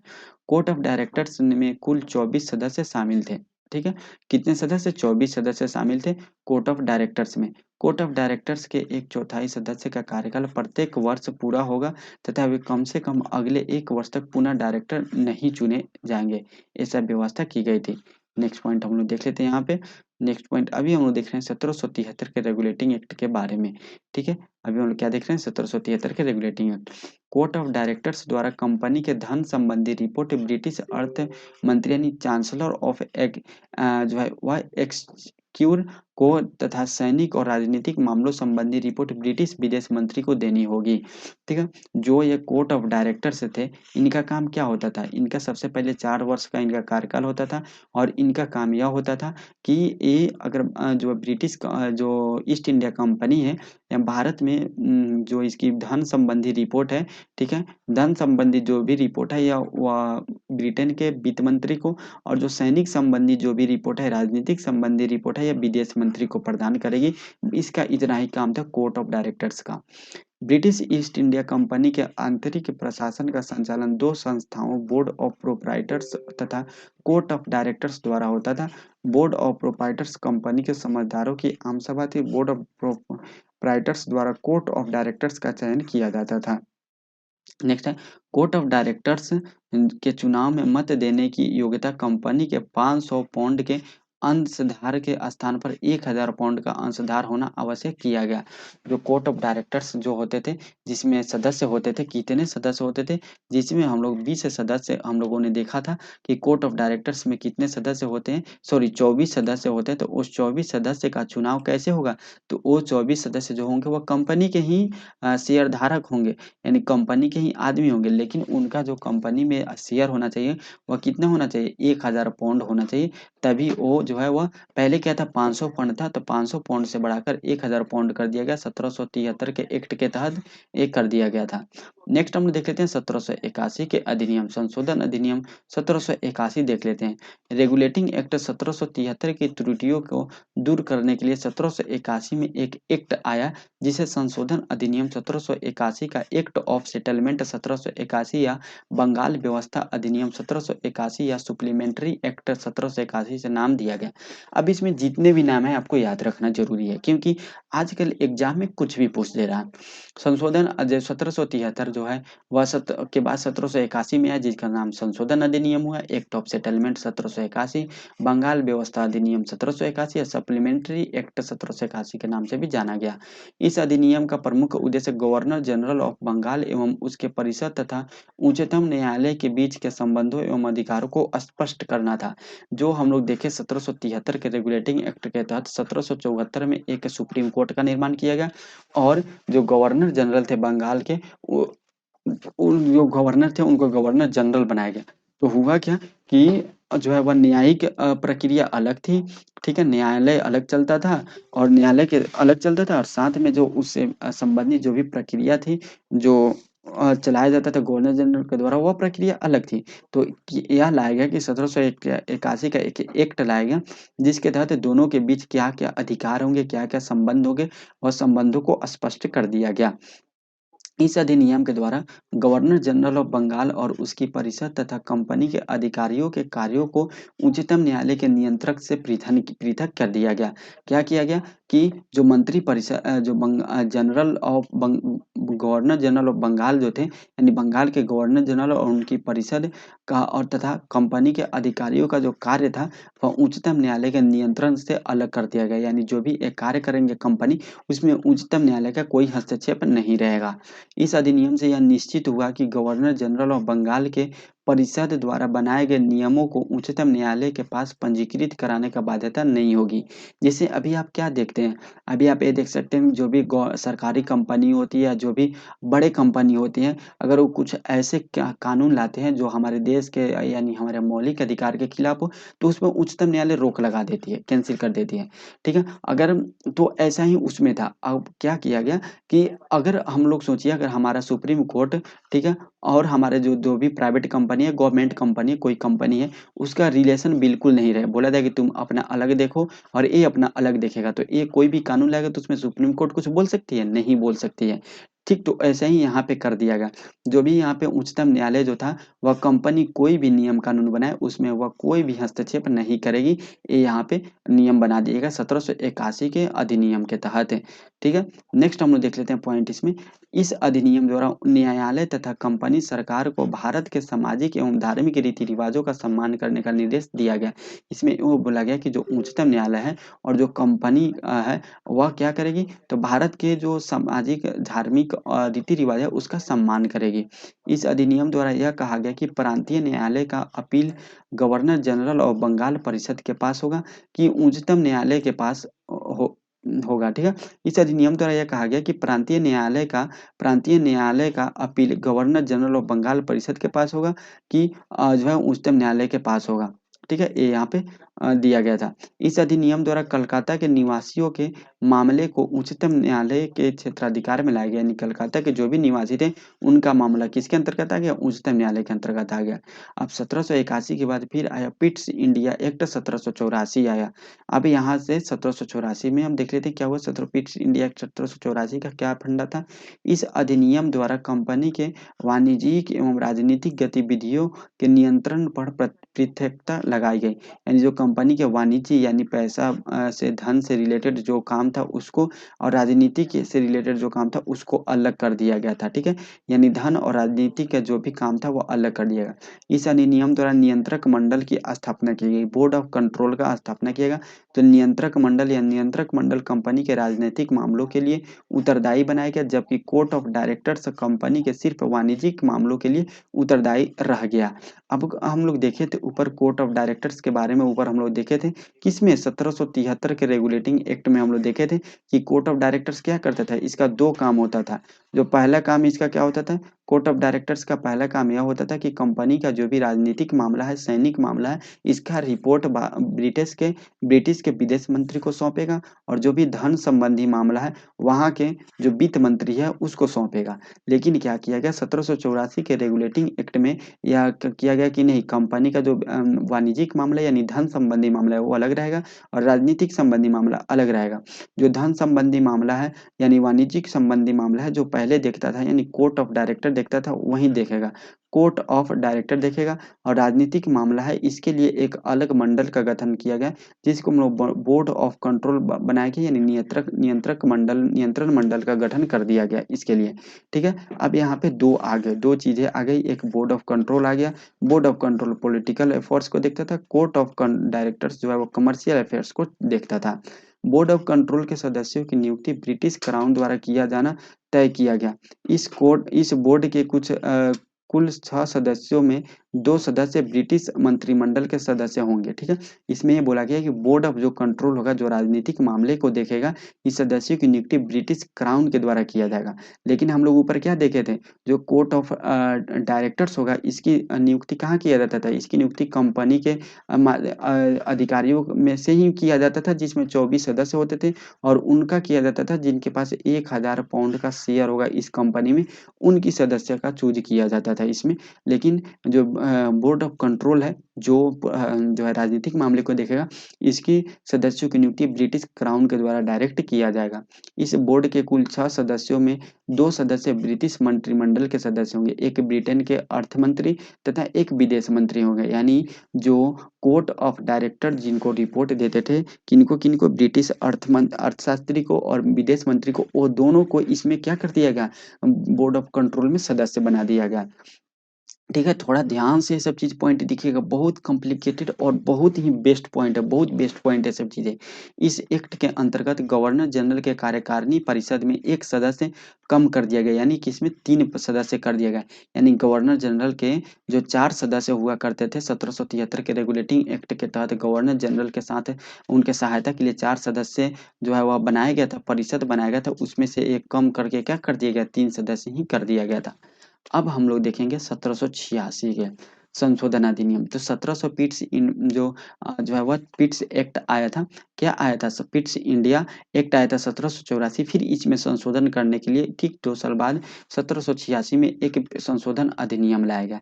इसमें क्या किया गया, लॉर्ड कॉर्नवालिस ने गवर्नर जनरल ऑफ बंगाल बनने से पूर्व यह शर्त रखी कि उसे अपनी परिषद के निर्णयों की आवश्यकता पड़ने पर अस्वीकृत करने की शक्ति प्रदान की जाए, तथा मुख्य सेनापति की शक्ति भी गवर्नर जनरल में समाहित हो जाए। कॉर्नवालिस की दोनों शर्तों का स्वीकारा गया। देखिए हुआ क्या कि संशोधन अधिनियम जो 1786 आया, उस टाइम जो बंगाल के जो गवर्नर जनरल होना था वह लॉर्ड कॉर्नवालिस को बनाया जाना था। लेकिन लॉर्ड कॉर्नवालिस जो थे वह गवर्नर जनरल बनने से पहले वह एक शर्त, 2 शर्त रखी। ये पहला शर्त ये रखा कि जो परिषद होंगे, यानी जो एक तो गवर्नर जनरल होंगे, एक गवर्नर जनरल होंगे, उनके साथ 3 परिषद अब हो गए। 1773 में 4 थे, लेकिन 1784 में इसको 3 कर दिया गया। तो इनका जो भी निर्णय होगा, वह निर्णय को जो गवर्नर जनरल है वह निरस्त कर सकते हैं, यानी उसको अस्वीकार कर सकते हैं इनके निर्णय को। ये अधिकार मिल गया इसको, लॉर्ड कॉर्नवालिस को। और फिर ये भी उसने माना कि जो सेनापति का जो शक्ति है, वह शक्ति हमारे गवर्नर जनरल को दी जाए, तो ये भी शक्ति उसको दे दी गई। ये दोनों शक्ति स्वीकार करके इसको बंगाल का गवर्नर जनरल बना दिया गया। और 1786 के अधिनियम में 2 प्रावधान किए गए थे कि गवर्नर जनरल ऑफ बंगाल अपने परिषद के निर्णय पर वीटो करने का अधिकार होगा, यानी जो है वह वीटो कर सकता है, यानी उसको जो है वह रोक सकता है, उसको अस्वीकार कर सकता है। और गवर्नर जनरल ऑफ बंगाल पद में मुख्य सेनापति पद की शक्ति भी निहित होगी। तो ये 2 चीजें इसमें लेकर आई गई थी। ठीक है, तो किसके, लॉर्ड कॉर्नवालिस के काल में। यानी लॉर्ड कॉर्नवालिस जो था वह बंगाल का गवर्नर जनरल बनने से पहले ये 2 नियम रखा, लेकिन ये 2 नियम तो डायरेक्ट लागू किया नहीं जा सकता था। तो इसके लिए 1786 में संशोधन किया गया, पिट्स इंडिया एक्ट 1784 में। 1784 में एक्ट संशोधन किया गया, कब, 1786 में। अब हम लोग देख लेते हैं चार्टर अधिनियम 1793। अब यहाँ से चीज़ें जो है वह 20 साल पे आएंगी। ठीक है, चार्टर अधिनियम 1793, चार्टर अधिनियम यानी आदेश पत्र जो है वह 1793 का मुख्य प्रावधान इस प्रकार से थे। तो यहाँ पे देखिए चीज़ें थोड़ा सा हमने फ्रेश कोशिश किया है स्कैन करने का, नहीं हो पाया लेकिन दिख रहा है। तो नेक्स्ट टाइम से जो PDF आएगा उसमें काफ़ी अच्छा से रहेगा सब चीज़। पूर्व देशों के साथ व्यापार करने के लिए ब्रिटिश ईस्ट इंडिया कंपनी के एकाधिकार को अगले 20 वर्षों के लिए बढ़ा दिया गया। देखिए यहाँ पे कितने वर्षों के लिए, 20 वर्ष के लिए, इसलिए इसके बाद जो भी नियम कानून है वह 20 वर्ष के लिए आए थे। यानी एकाधिकार, ब्रिटिश ईस्ट इंडिया कंपनी के अधिकार का मतलब क्या हुआ कि जितने भी पूर्व के देश थे, यानी इधर पूर्व के देश में भारत हो गया, पाकिस्तान, पाकिस्तान उस समय नहीं थे, भारत हो गए थे, ठीक है, उसके बाद इधर चाइना हो गया था, यानी पूर्व के जो भी देश थे, इस पूर्व के देशों से व्यापार करने का अधिकार केवल ब्रिटिश ईस्ट इंडिया कंपनी का था। यानी क्या हुआ कि ब्रिटेन के और कोई भी कंपनी इधर व्यापार नहीं कर सकती थी। और उस समय हुआ क्या था कि ब्रिटेन में औद्योगिकीकरण काफ़ी अपने चरम सीमा पे था, यानी काफ़ी बड़े बड़े कारखाने लग रहे थे, काफ़ी तेज़ी से प्रोडक्शन हो रहे थे, लेकिन उनको प्रोडक्ट को सेल करने के लिए मार्केट नहीं मिल रहा था। तो इधर पूर्व के ही देश हुआ करते थे, लेकिन यहाँ पे जो है वह ब्रिटिश सरकार के द्वारा 1793 के एक्ट के तहत यह लागू कर दिया गया, 1793 के अधिनियम के तहत, कि अगले 20 वर्ष तक केवल और केवल ब्रिटिश ईस्ट इंडिया कंपनी का अधिकार रहेगा, इधर के देशों पे केवल वही व्यापार कर सकते हैं। फिर 1786 के अधिनियम द्वारा कॉर्नवालिस को प्रदत्त परिषद के निर्णयों पर वीटो करने की शक्ति को बाद के गवर्नर जनरल के लिए भी लागू करने का उपबंध किया गया। अब जो संशोधन करके तत्काल में लाया गया था, क्योंकि लॉर्ड कॉर्नवालिस को तो यहाँ पे गवर्नर जनरल बनाना था, तो फटाफट जल्दी से संशोधन करके नियम लाया गया था। लेकिन उस नियम को इसमें 1793 में आया अधिनियम इसमें कन्फर्म कर दिया गया कि आगे के जितने भी गवर्नर जनरल होंगे वो भी जो अपने परिषद के निर्णय हैं उसको अस्वीकार या वीटो पावर का यूज कर सकते हैं। इस अधिनियम द्वारा यह स्पष्ट किया गया कि मुख्य सेनापति यानी गवर्नर जनरल के परिषद में तब तक सदस्य नहीं होगा जब तक इसके लिए वह नियुक्ति न किया जाए, अर्थात मुख्य सेनापति स्वतः गवर्नर जनरल के परिषद का सदस्य नहीं होगा। ठीक है, ये प्रावधान किया गया था। मुख्य सेनापति जो है वह गवर्नर जनरल के परिषद का सदस्य नहीं होगा, कब तक, जब तक उसकी नियुक्ति नहीं की जा सके। इस अधिनियम में यह प्रावधान किया गया कि गवर्नर जनरल, मुख्य सेनापति एवं गवर्नरों की नियुक्ति में सम्राट की स्वीकृति ली जाए। इसमें यह प्रावधान किया गया कि जो भी गवर्नर जनरल की नियुक्ति की जाएगी और मुख्य सेनापति की नियुक्ति की जाएगी, इसमें जो ब्रिटेन के सम्राट है इसके जो है वह स्वीकृति लेना आवश्यक कर दी गई थी। इस अधिनियम द्वारा बोर्ड ऑफ कंट्रोल और उसके कर्मचारियों का वेतन भारतीय राजस्व से भारित किया गया था। आपको पता है बोर्ड ऑफ कंट्रोल का गठन किया गया किस अधिनियम के तहत? जो 1784 जो अधिनियम आया था, इसके तहत बोर्ड ऑफ कंट्रोल का गठन किया गया था। और यह बोर्ड ऑफ कंट्रोल क्या करती थी? जो कंपनी की राजनीतिक मामले थी उसके बारे में बताती थी। इसमें कितने सदस्य थे? टोटल 6 सदस्य थे, जिसमें 2 सदस्य जो है ब्रिटिश मंत्रिमंडल से थे, जिसमें पहला वित्त मंत्री भी थे, वित्त मंत्री, और एक जो थे वहाँ के वित्त मंत्री थे, और एक विदेश मंत्री भी उसमें शामिल किए गए थे। ठीक है, ये दोनों को शामिल किए गए थे। उसके बाद आया 1813 में, ठीक 20 वर्ष बाद 1813 में एक चार्टर एक्ट आया, और इसका प्रावधान क्या क्या ये देख लेते हैं। इस एक्ट द्वारा ब्रिटिश ईस्ट इंडिया कंपनी का भारत के साथ व्यापार करने के एक अधिकार को समाप्त कर दिया गया, परंतु चीन के साथ इस कंपनी के व्यापारिक एकाधिकार तथा चाय के व्यापार के लिए कंपनी के व्यापारिक एकाधिकार को जारी रखा गया। अब हुआ क्या कि वहाँ पे चीन में जो है वह 1800 की ईस्वी के आसपास काफ़ी तेज़ी से औद्योगिकीकरण हो रहा था, यानी कारखाने, फैक्ट्रियाँ काफ़ी तेज़ी से लग रही थी, प्रोडक्शन काफ़ी तेज़ी से हो रहा था, लेकिन उनको अपना प्रोडक्ट सेल करने के लिए एक मार्केट चाहिए था। लेकिन वहाँ पे वोट भी हो रहा था, वहाँ पे राजा के लिए विरोध भी हो रहा था कि हमको अधिकार दीजिए। तो यहाँ पे क्या किया गया, 1813 में जो है वह ब्रिटिश ईस्ट इंडिया कंपनी के एकाधिकार को खत्म कर दिया गया, लेकिन चीन के साथ जो है वह कंपनी के एकाधिकार को रखा गया। यानी चीन के साथ और चाय के व्यापार जो है वह केवल एक ही कंपनी कर सकती है, ईस्ट इंडिया कंपनी। बाकी उसके बाद धीरे धीरे बहुत तेजी से कंपनी आते गए भारत में, ब्रिटिश कंपनी आते गए भारत में। ठीक है, नेक्स्ट है ईस्ट इस एक्ट द्वारा सभी अंग्रेजी व्यापारियों को भारत में व्यापार करने का अवसर उपलब्ध कराया गया। नेक्स्ट है, ईस्ट एक्ट ने अगले 20 वर्षों के लिए ब्रिटिश ईस्ट इंडिया कंपनी को भारतीय प्रदेशों तथा राजस्व पर नियंत्रण का अधिकार दिया गया था। इस एक्ट द्वारा ईसाई धर्म प्रचारकों को भारत में धर्म प्रचार करने की औपचारिक रूप से अनुमति प्रदान की गई। किस एक्ट के तहत? 1813 के एक्ट के तहत जो है वह ईसाई धर्म को प्रचार करने का अधिकार दे दिया गया भारत में। नेक्स्ट है, इस एक्ट द्वारा कंपनी की आय से भारतीयों की शिक्षा के लिए प्रति वर्ष 1 लाख रुपए व्यय करने का व्यवस्था की गई, जो पश्चात ज्ञान विज्ञान पे खर्च करने का निर्णय लिया गया था। यानी जो है वह शिक्षा पे 1 लाख रुपए खर्च करने का जो प्रावधान किया गया था, किस अधिनियम के तहत, किस एक्ट के तहत? 1813 के चार्टर एक्ट के तहत यह प्रावधान किया गया। और यह जो कंपनी की आय होगा उसमें से 1 लाख रुपए खर्च किया जाएगा भारतीय शिक्षा पे, जो सबसे पहले क्या चीज़ पे? ज्ञान विज्ञान पे खर्च किया जाएगा। इस एक्ट द्वारा स्थानीय सरकारों को कर लगाने का अधिकार दिया गया। यानी स्थानीय सरकार जो था, यानी जो ग्राम में छोटे-छोटे कस्बे में, ग्राम में जो छोटे-मोटे सरकारें होती थी, जो ब्रिटिश कंपनी के अंतर्गत आती थी, उसको भी टैक्स लगाने का अधिकार प्रदान कर दिया गया 1813 के अधिनियम के तहत।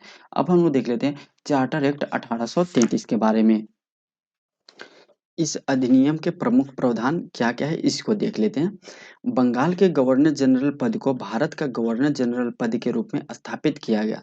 इसमें क्या किया गया? सबसे पहले देखिए 1773 में जो बंगाल के गवर्नर थे, उनको क्या किया गया? बंगाल के गवर्नर को बंगाल का गवर्नर जनरल बना दिया गया। फिर 1833 का नियम है, इस नियम के तहत बंगाल का जो गवर्नर जनरल थे, इसको भारत के गवर्नर जनरल पद के रूप में स्थापित किया गया। बंगाल का अंतिम गवर्नर जनरल जो था, वह कौन था? विलियम बेंटिक था, जो भारत का प्रथम गवर्नर जनरल बन गया। लॉर्ड विलियम बेंटिक, याद रखिएगा, इंपॉर्टेंट पॉइंट है। कंपनी के व्यापारी के अधिकार को पूर्णतः समाप्त किया गया। फलतः कंपनी भारत में ब्रिटिश क्राउन की ओर से सिर्फ शासकीय शक्ति के रूप में बना रहा था। ठीक है, यानी जो अब कंपनी का जो एकाधिकार था, जो चीन के साथ और चाय का व्यापार था, वो भी समाप्त कर दिया गया 1833 के अधिनियम चार्टर एक्ट में। ठीक है, कंपनी के इस एक्ट से अगले 20 वर्षों के लिए अपने अधीन प्रदेशों पर शासन के अधिकार का विस्तार मिल गया। ठीक है, यानी कंपनी के इस एक्ट से अगले 20 वर्षों के लिए अपने अधीन प्रदेशों पर केवल और केवल शासन का अधिकार मिल गया था। गवर्नर जनरल की परिषद में चौथे सदस्य के रूप में विधि सदस्य को शामिल किया गया था। जो गवर्नर जनरल का परिषद था, ठीक है, जो परिषद बनाया गया था, जो स्टार्टिंग में क्या किया गया? स्टार्टिंग में 1773 में 4 परिषद था। गवर्नर जनरल के 4 परिषद हुआ करते थे, परिषद में 4 सदस्य हुआ करते थे। फिर क्या किया गया? 1784 का एक्ट आया, जिसमें इसको घटा के 3 कर दिया गया। फिर 1833 के अधिनियम में फिर एक और जोड़ दिया गया और 4 कर दिया गया। और चौथा जो जोड़ा गया, वह क्या जोड़ा गया? जो वह विधि सदस्य जोड़ा गया। और प्रथम विधि सदस्य कौन होते हुए थे? लॉर्ड मैकाले हुए थे। ये फैक्ट आप याद रखिएगा। ठीक है, भारत में प्रथम विधि आयोग लॉर्ड मैकाले की अध्यक्षता में 1834 में गठित हुआ था। इंपॉर्टेंट पॉइंट है, और बहुत सारे एग्जाम में है, बहुत इंपॉर्टेंट पॉइंट है। इस अधिनियम ने गवर्नर जनरल को एक भारतीय विधि आयोग यानी इंडियन लॉ कमीशन गठित करने का अधिकार दिया। इस आयोग को तत्कालीन न्यायालयों के क्षेत्राधिकारों और विधियों को का संहिताकरण करना था। ठीक है, इस अधिनियम के तहत क्या किया गया? गवर्नर जनरल को एक भारतीय विधि आयोग गठित करने का अधिकार दिया गया गवर्नर जनरल को। और इस आयोग को क्या किया गया? तत्कालीन न्यायालयों के क्षेत्राधिकारों और विधियों का संहिताकरण करना था।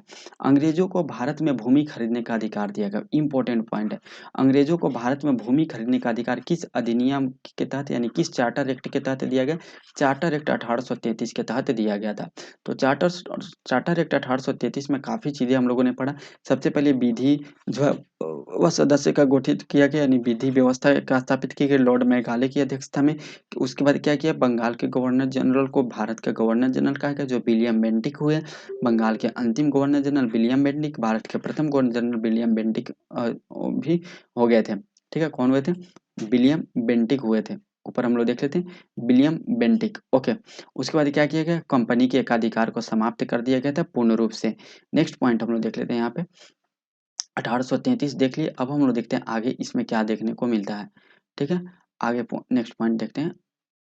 1833 में भी और पॉइंट है कि भारत में दास प्रथा को गैर कानूनी घोषित किया गया तथा गवर्नर जनरल को निर्देश दिया गया कि भारत में दास प्रथा को समाप्त करने के लिए आवश्यक कदम उठाए। क्या किया गया? तो 1833 में दास प्रथा को जो गैर कानूनी घोषित कर दिया गया, दास प्रथा को, और गवर्नर जनरल को यह अधिकार दिया गया कि आप दास प्रथा को खत्म करने के लिए जो भी आपको करना है, नियम कानून करना है, कदम उठाना है, उठाइए, और उसके तहत इसको खत्म कीजिए। भारत में विधायी प्रक्रिया को केंद्रीकृत किया गया मद्रास और बॉम्बे प्रेसिडेंसी के गवर्नरों को विधायी शक्ति से वंचित किया गया। भारत के गवर्नर जनरल को पूरे ब्रिटिश भारत के लिए विधि निर्माण का अधिकार दिया गया था। जो भारत के गवर्नर जनरल अब हो गए थे, कौन भारत के गवर्नर जनरल जब हो गए थे, तो इनको अब ये क्या कर रहे थे, अब ये पूरे भारत क्षेत्र पे जो है वह कानून बना सकते थे, ये अधिकार दे दिया गया। उसके बाद आया चार्टर एक्ट 1853, ठीक 20 साल बाद 1853 आया। इस अधिनियम द्वारा पहली बार गवर्नर जनरल को परिषद की विधायी एवं कार्यपालिका कार्यों को पृथक कर दिया गया। यानी गवर्नर जनरल जो है वह गवर्नर जनरल के अंतर्गत पहले क्या आता था, पहले विधायी और कार्यपालिका दोनों आता था। अब क्या किया गया, इसको अलग कर दिया गया, विधायी और कार्यपालिका दोनों को अलग कर दिया गया। इस अधिनियम द्वारा निदेशक मंडल के सदस्यों की संख्या 24 से घटाकर 18 कर दी गई, जिसमें 6 सदस्यों ब्रिटेन के राजा द्वारा मनोनीत किया जाना तय किया गया था। ठीक है, यानी जो निदेशक मंडल का जो गठन किया गया था, जो कंपनी के अंतर्गत गठन किया जाता था, ठीक है, उसमें 24 सदस्य हुआ करते थे, उसमें संख्या घटाकर 18 कर दी गई। और इसमें जो थे वह 6 सदस्यों किसके द्वारा, ब्रिटेन के राजा के द्वारा मनोनीत किया जाना तय किया गया था। नेक्स्ट हम देख लेते हैं 1853 में। अगर आप यहाँ से एक चीज देखेंगे तो अभी हम लोग के राज्यसभा में क्या होता है, राज्यसभा में भी मनोनीत किया जाता है। तो मनोनीत आप देख सकते हैं कैसे कैसे हमारा संविधान से संबंधित है। तो हमारा राष्ट्रपति किसके द्वारा, राष्ट्रपति के द्वारा मनोनीत किया जाता है। और हमारे देश का राजा कौन हुए, राष्ट्रपति हुए। और उस टाइम ब्रिटेन के राजा जैसे वैसे सेम प्रावधान था। 1853 के चार्टर के अधीन 1854 में से भारत में संसदीय प्रणाली की, ठीक है, तो 1853 के चार्टर के अधीन 1854 से भारत में संसदीय प्रणाली की शुरुआत हो चुकी थी। इस अधिनियम द्वारा केंद्रीय विधान परिषद, गवर्नर जनरल का विधायी परिषद में सर्वप्रथम क्षेत्रीय प्रतिनिधित्व के सिद्धांत को प्रतिपादित किया गया। प्रत्येक प्रांत से एक सदस्य यहाँ पे लाया जो है वह एक सदस्य को प्रतिनिधित्व तो किया जाना था, यानी जोड़ा जाना था। इस अधिनियम द्वारा कंपनी शासन में सिविल सेवकों की भर्ती के लिए खुली प्रतियोगिता परीक्षा आरंभ किया गया। किस अधिनियम के तहत, 1853 के अधिनियम के तहत क्या किया गया, तो सिविल सेवा की परीक्षा है, इसमें भर्ती के लिए खुली प्रतियोगिता परीक्षा आरंभ किया गया। इसके तहत 1854 में मैकाले समिति का भी गठन किया गया था। इंपॉर्टेंट पॉइंट है, मैकाले समिति का गठन किस लिए किया गया, तो जो सिविल सेवा की परीक्षा है उसकी प्रतियोगिता परीक्षा को जो है वह लागू करने के लिए अच्छी तरीके से प्रतियोगी परीक्षा की जाए, इसके लिए मैकाले समिति का गठन 1854 में किया गया था। इस अधिनियम ने कंपनी के शासनकाल का विस्तार कर दिया, लेकिन अवधि निश्चित नहीं की गई थी। यानी कंपनी का जो शासनकाल था वह विस्तार किया गया, लेकिन ये कंफर्म नहीं किया गया था कि इसको कब खत्म कर दिया जाएगा।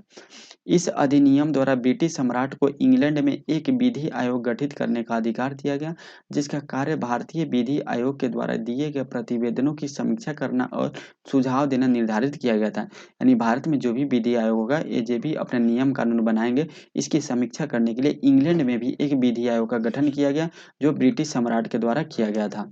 इस अधिनियम द्वारा बंगाल के लिए पृथक लेफ्टिनेंट गवर्नर जनरल की नियुक्ति का उपबंध किया गया। F.J. हैलिडे 1854 ईस्वी में बंगाल के प्रथम लेफ्टिनेंट गवर्नर बने थे। जो हैलिडे थे वो 1854 ईस्वी में प्रथम बंगाल के गवर्नर लेफ्टिनेंट गवर्नर बने थे। नेक्स्ट हम देख लेते हैं भारत शासन अधिनियम 1858। भारत शासन अधिनियम 1858 के प्रमुख प्रावधान। का प्रशासन कंपनी के हाथों से लिया गया और इसे ब्रिटिश ताज के अधीन कर दिया गया। ठीक है, हुआ क्या कि कंपनी के हाथों से शासन को व्यवस्था को ले लिया गया और उसके बाद ब्रिटिश ताज के अंतर्गत कर दिया गया। कोर्ट ऑफ डायरेक्टर्स तथा बोर्ड ऑफ कंट्रोल को अब समाप्त कर दिया गया, अभी इनका कोई जरूरी नहीं था। ठीक है, तो कोर्ट ऑफ डायरेक्टर्स और बोर्ड ऑफ कंट्रोल की समाप्ति कब की गई, 1858 के अधिनियम के तहत कर दिया गया और उनके समस्त अधिकार भारत सचिव को दे दिया गया। किसको, secretary of state for India को दे दिया गया, यानी भारत सचिव को दे दिया गया। भारत सचिव अनिवार्य रूप से ब्रिटिश मंत्रिमंडल का सदस्य होगा।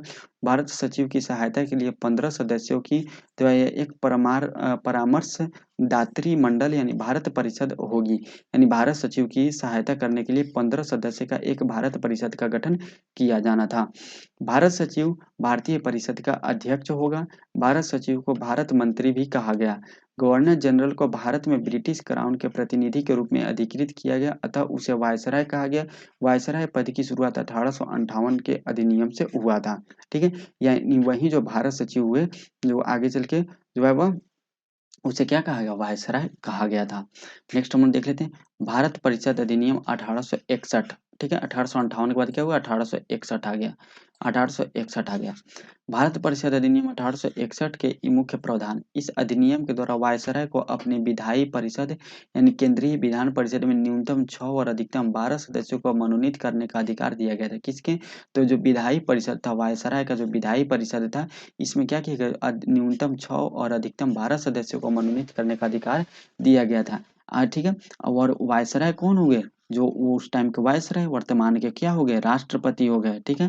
और आज भी राष्ट्रपति कितने सदस्यों को मनोनीत करते हैं? 12 सदस्यों को ही मनोनीत करते हैं। तो यहाँ से आप देख सकते हैं हमारा संविधान कैसे कैसे यहाँ पे बनते गया, कैसे कैसे राष्ट्रपति का हम लोग अधिकार लेते गए, ये सब चीजें यहाँ से आप देख सकते हैं। ऐसे मनोनीत सदस्यों को कम से कम आधे सदस्यों को अवश्य रूप से गैर सरकारी होना चाहिए था। ठीक है। इस अधिनियम द्वारा वायसराय के कार्यकारी परिषद में सदस्यों की संख्या 4 से बढ़ाकर कितना कर दी गई थी? 5 कर दी गई थी। अब देखिए आप यहाँ पे सोच रहे हैं वायसराय की कार्यकारी परिषद, तो देखिए पहले क्या था? गवर्नर जनरल था। तो आप हम लोग देखे क्या?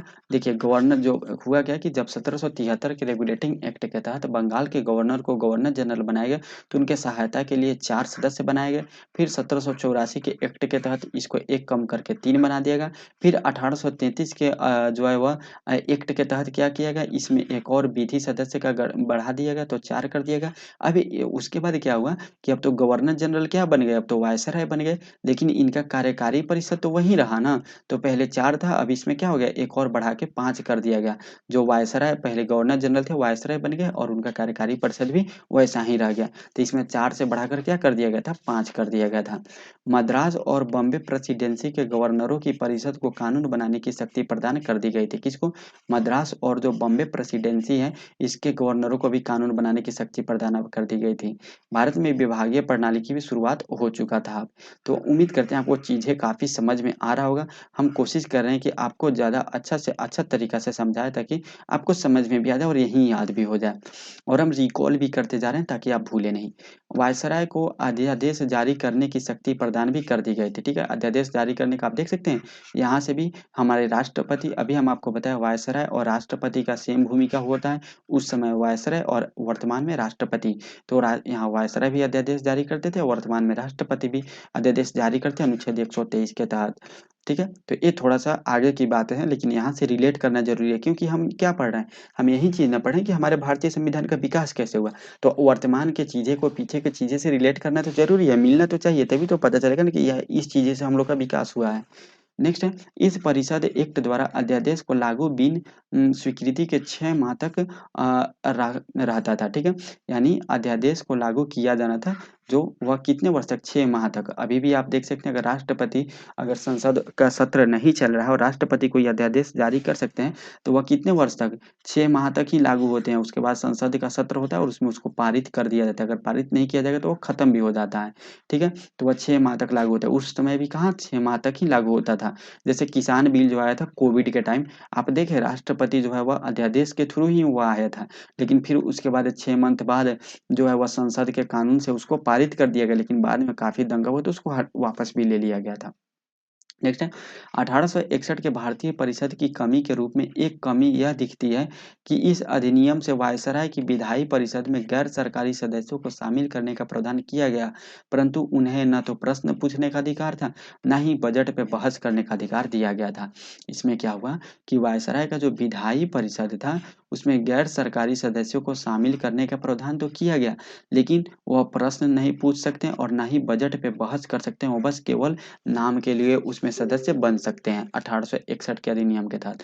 फिर इसको आगे चल के ठीक किया गया। इस अधिनियम की दूसरी कमी यह दिखती है कि प्रांतीय विधान परिषद द्वारा बनाए गए नियमों पर वीटो का अधिकार गवर्नर जनरल को था, मतलब वायसराय को था। ठीक है, इसमें ये दिया देखा गया। ठीक है, भारत में बने किसी भी नियम को ब्रिटिश संसद अमान्य घोषित करने का अधिकार धारण करती थी। इस अधिनियम के तहत किस 1800 जो 1821 1861 का जो अधिनियम आया था, 1861 का अधिनियम तो हम लोग देख चुके थे, यानी 1861 के अधिनियम जो आया था इसके तहत क्या किया गया? इसके तहत ऐसा प्रावधान किए गए कि यानी जो भी नियम कानून होंगे उसको जो ब्रिटिश सम्राट है उसको ये तोड़ सकते हैं। ठीक है। अब 1861 के बाद क्या आ गया, डायरेक्ट आया 1892 में। 1892 में यह आया भारतीय परिषद अधिनियम 1892। इसमें क्या क्या प्रावधान किया गया इसको देख लेते हैं। केंद्रीय एवं प्रांतीय विधान परिषद में गैर सरकारी सदस्यों की संख्या बढ़ाई गई, परंतु सरकारी सदस्यों की बहुमत बनी रही। इस अधिनियम द्वारा विधायी परिषदों यानी केंद्रीय एवं प्रांतीय में गैर सरकारी सदस्यों की नियुक्ति के लिए निर्वाचक मंडल यानी अप्रत्यक्ष निर्वाचक पद्धति शुरू किया गया। इस अधिनियम में निर्वाचन शब्द का प्रयोग नहीं हुआ था, उसके स्थान पर चयनित शब्द का प्रयोग किया गया था। इस प्रकार 1892 को परिषद एक्ट द्वारा भारत के अप्रत्यक्ष रूप से लोकतंत्र का की शुरुआत हुई थी।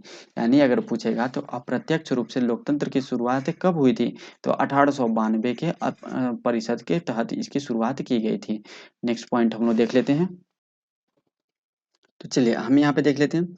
केंद्रीय विधान परिषद में गैर सरकारी सदस्यों का मनोनयन वायसराय द्वारा प्रांतीय विधान परिषदों एवं बंगाल चैम्बर्स ऑफ कॉमर्स की अनुशंसा पर किया जाएगा, तथा प्रांतीय विधान परिषद में गैर सरकारी सदस्यों का मनोनयन गवर्नर द्वारा जिला बोर्डों, स्थानीय निकायों, विधान विश्वविद्यालय, वाणिज्य संगठन एवं जिम्मेदारों की अनुशंसा पर किया जाएगा। ठीक है, ये चीज व्यवस्था की गई। इस परिषद एक्ट द्वारा सामान्य विषयों पर प्रश्न और पूरक प्रश्न पूछने का अधिकार दे दिया गया। ठीक है, 1893 के तहत ये दे दिया गया अधिकार।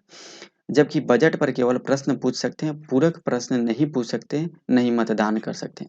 ठीक है, पूर्ण रूप से नहीं दिया गया लेकिन दिया गया। भारत परिषद अधिनियम 1909 है, काफी फेमस है और काफी एग्जाम में आता है। भारत परिषद अधिनियम 1919 को मार्ले मिंटो सुधार अधिनियम के नाम से जाना जाता है। इस अधिनियम पर तत्कालीन भारत सचिव लॉर्ड मार्ले, ठीक है, और वायसराय मिंटो के विशेष प्रभाव था। नेक्स्ट हम लोग देख लेते हैं पॉइंट इसमें। भारत परिषद अधिनियम 1919 के प्रमुख प्रावधान। केंद्रीय विधायी परिषद एवं प्रांतीय विधायी परिषदों में सदस्य संख्या का विस्तार किया गया। केंद्रीय विधायी परिषद में सदस्य संख्या 16 से बढ़ाकर 60 की गई। 1913 में 69 कर दिया गया था। ठीक है, इसमें क्या किया, 1909 में जो है वह विधायी परिषद जो था, केंद्रीय विधायी परिषद, उसकी सदस्य संख्या 16 से बढ़ाकर 60 कर दी गई, और 1913 में क्या कर दिया गया, इसको 69 कर दिया गया था। केंद्रीय विधायी परिषद में सरकारी सदस्यों का बहुमत जारी रहा और प्रांतीय विधायी परिषदों में गैर सरकारी सदस्यों का बहुमत स्वीकारा गया। गवर्नर जनरल इन वायसराय अपने कार्यकारिणी परिषद में एक भारतीय सदस्य रखने का उपबंध किया गया। यानी जो है वह भारतीय सदस्य को रखने का उपबंध कब से किया गया, 1909 के मार्ले मिंटो सुधार अधिनियम से किया गया। गवर्नर जनरल जो है वायसराय के कार्यकारिणी परिषद के प्रथम भारतीय सदस्य सत्येंद्र प्रसाद सिन्हा बने थे। इंपॉर्टेंट प्रश्न याद रखिएगा। सत्येंद्र प्रसाद सिन्हा को प्रथम कार्यकारिणी परिषद बनाया गया था 1909 के मार्ले मिंटो सुधार अधिनियम के तहत। उन्हें कानूनी सदस्य बनाया गया था। केंद्रीय एवं प्रांतीय विधायी परिषदों के सदस्यों को बहस में भाग लेने, प्रश्न पूछने के अलावा पूरक प्रश्न पूछने, बजट पर संकल्प प्रस्तुत करने तथा सार्वजनिक हितों पर सुझाव प्रस्तुत करने का अधिकार प्रदान किया गया। यद्यपि प्रत्येक स्थिति में गवर्नरों एवं गवर्नर जनरल के सदस्यों को द्वारा प्रस्तुत प्रस्ताव को अस्वीकार करने का अधिकार था। नेक्स्ट पॉइंट हम लोग देख लेते हैं। व्यावसायिक और सांप्रदायिक प्रतिनिधित्व प्रणाली को प्रस्तुत किया गया। सांप्रदायिक प्रतिनिधित्व के भारत पर मुस्लिम वर्ग के लिए एक पृथक प्रतिनिधित्व प्रदान किया गया। इस पृथक प्रतिनिधित्व द्वारा मुस्लिम प्रतिनिधि मुस्लिम मतदाताओं द्वारा निर्वाचित किए जाएंगे। ये पॉइंट इंपॉर्टेंट है, इसको हम फिर से पढ़ के आपको सुनाते क्योंकि ये बहुत इंपॉर्टेंट पॉइंट है। व्यावसायिक और सांप्रदायिक प्रतिनिधित्व प्रणाली को प्रस्तुत किया गया। सांप्रदायिक प्रतिनिधित्व के आधार पर मुस्लिम वर्ग के लिए एक पृथक प्रतिनिधित्व प्रदान किया गया। इस पृथक प्रतिनिधित्व द्वारा मुस्लिम प्रतिनिधि मुस्लिम मतदाताओं द्वारा निर्वाचित किए जाएंगे। इस अधिनियम ने सांप्रदायिक को कानून के रूप में प्रदान किया था। ठीक है, यानी सांप्रदायिक निर्वाचन प्रणाली कब आया था, तो ये 1909 के मार्ले मिंटो सुधार के अधिनियम के तहत आया था। नेक्स्ट पॉइंट हम लोग देख लेते हैं यहाँ से। ठीक है, नेक्स्ट पॉइंट है यहाँ पे, लॉर्ड मिंटो को सांप्रदायिक प्रतिनिधित्व का जनक कहा गया। किसको, लॉर्ड मिंटो को सांप्रदायिक प्रतिनिधित्व का जनक क्या कहा गया। विश्वविद्यालयों, चैम्बर ऑफ कॉमर्स, निगमों एवं जमींदारों को पृथक प्रतिनिधित्व प्रदान किया गया। भारत शासन अधिनियम 1919 के बारे में अब हम लोग देख लेते हैं। इस अधिनियम को मोंटेगो चेम्सफोर्ड सुधार अधिनियम भी कहा जाता है, जिसमें मोंटेगो क्या हुए, भारत सचिव हुए, ठीक है, और चेम्सफोर्ड क्या हुए, भारत के वायसराय हुए। भारतीय शासन अधिनियम 1919 के प्रमुख प्रावधान। प्रांतों में द्वैध शासन के लिए शुरुआत का उपबंध जो है वह उपलब्ध कराया गया। केंद्रीय केंद्रीय सूची और राज्य सूची में विषयों को बांट दिया गया। प्रांतीय विषयों को आरक्षित एवं हस्तांतरित श्रेणियों में बांटा गया। सांप्रदायिक निर्वाचन के सिद्धांत का विस्तार किया गया। अब मुस्लिमों के अतिरिक्त सिखों जो है वह भारतीय ईसाइयों एवं आंग्ल भारतीयों को भी यूरोपियनों के लिए पृथक निर्वाचन के सिद्धांत को अपनाया गया। ये इंपॉर्टेंट पॉइंट है। हुआ क्या था कि 1909 के अधिनियम के तहत केवल और केवल मुस्लिमों को वह सांप्रदायिक निर्वाचन की व्यवस्था दी गई थी, लेकिन बाद में सिख, भारतीय ईसाई, आंग्ल भारतीय और यूरोपियों के भी यह पृथक निर्वाचक जो है सिद्धांत को अपनाने को प्रावधान कर दिया गया था। लंदन में भारत के उच्चायुक्त के कार्यालय का सृजन किया गया था। भारत में पहली बार प्रत्यक्ष निर्वाचन एवं द्विसदनीय विधायिका को बनाया गया। केंद्रीय विधायिका में उच्च सदन एवं राज्य परिषद को एवं निम्न सदन में विधानसभा का कहा गया था। ठीक है, यानी जो है वह द्विसदनीय विधायिका को बनाया गया, जिसमें जो केंद्रीय विधायिका था उसको में उच्च सदन और राज्य परिषद को एवं निम्न सदन विधानसभा को कहा गया था। ठीक है, नेक्स्ट हम लोग देख लेते हैं। नेक्स्ट है संपत्ति कर एवं शिक्षा के आधार पर समिति संख्या में लोगों को मताधिकार प्रदान किया गया था। सीमित संख्या में लोगों को वोट देने का अधिकार जो है वह मोंटेगो चेम्सफोर्ड सुधार के 1919 के तहत किया गया, जिसमें क्या किया गया, लोगों को जो सीमित संख्या में जिनके पास धन संपत्ति ज़्यादा था, जो टैक्स देते थे और जो शिक्षित थे उनको वोट देने का अधिकार दिया गया था। वायसराय के कार्यपालिका परिषद के 6 सदस्यों में से 3 सदस्य आवश्यक रूप से भारतीय हो, ये प्रावधान किया गया था। जो वायसराय के कार्यपालिका में 6 सदस्य हुआ करते थे, उसमें से 3 सदस्य को भारतीय होने का प्रावधान कर दिया गया था। लोक सेवा आयोग का गठन का प्रावधान किया गया। इसी के आधार पर 1 अक्टूबर 1926 ईस्वी में सिविल सेवकों के चयन के लिए केंद्रीय लोक सेवा आयोग का गठन किया गया, जो ली आयोग की सिफारिश पे किया गया था। किसके? ली आयोग की सिफारिश पे इंपॉर्टेंट पॉइंट है। केंद्रीय बजट के से प्रांतीय बजट को पृथक किया गया, अर्थात प्रांतीय विधायिका को अपना बजट प्रस्तुत करने के लिए अधिकृत किया गया था।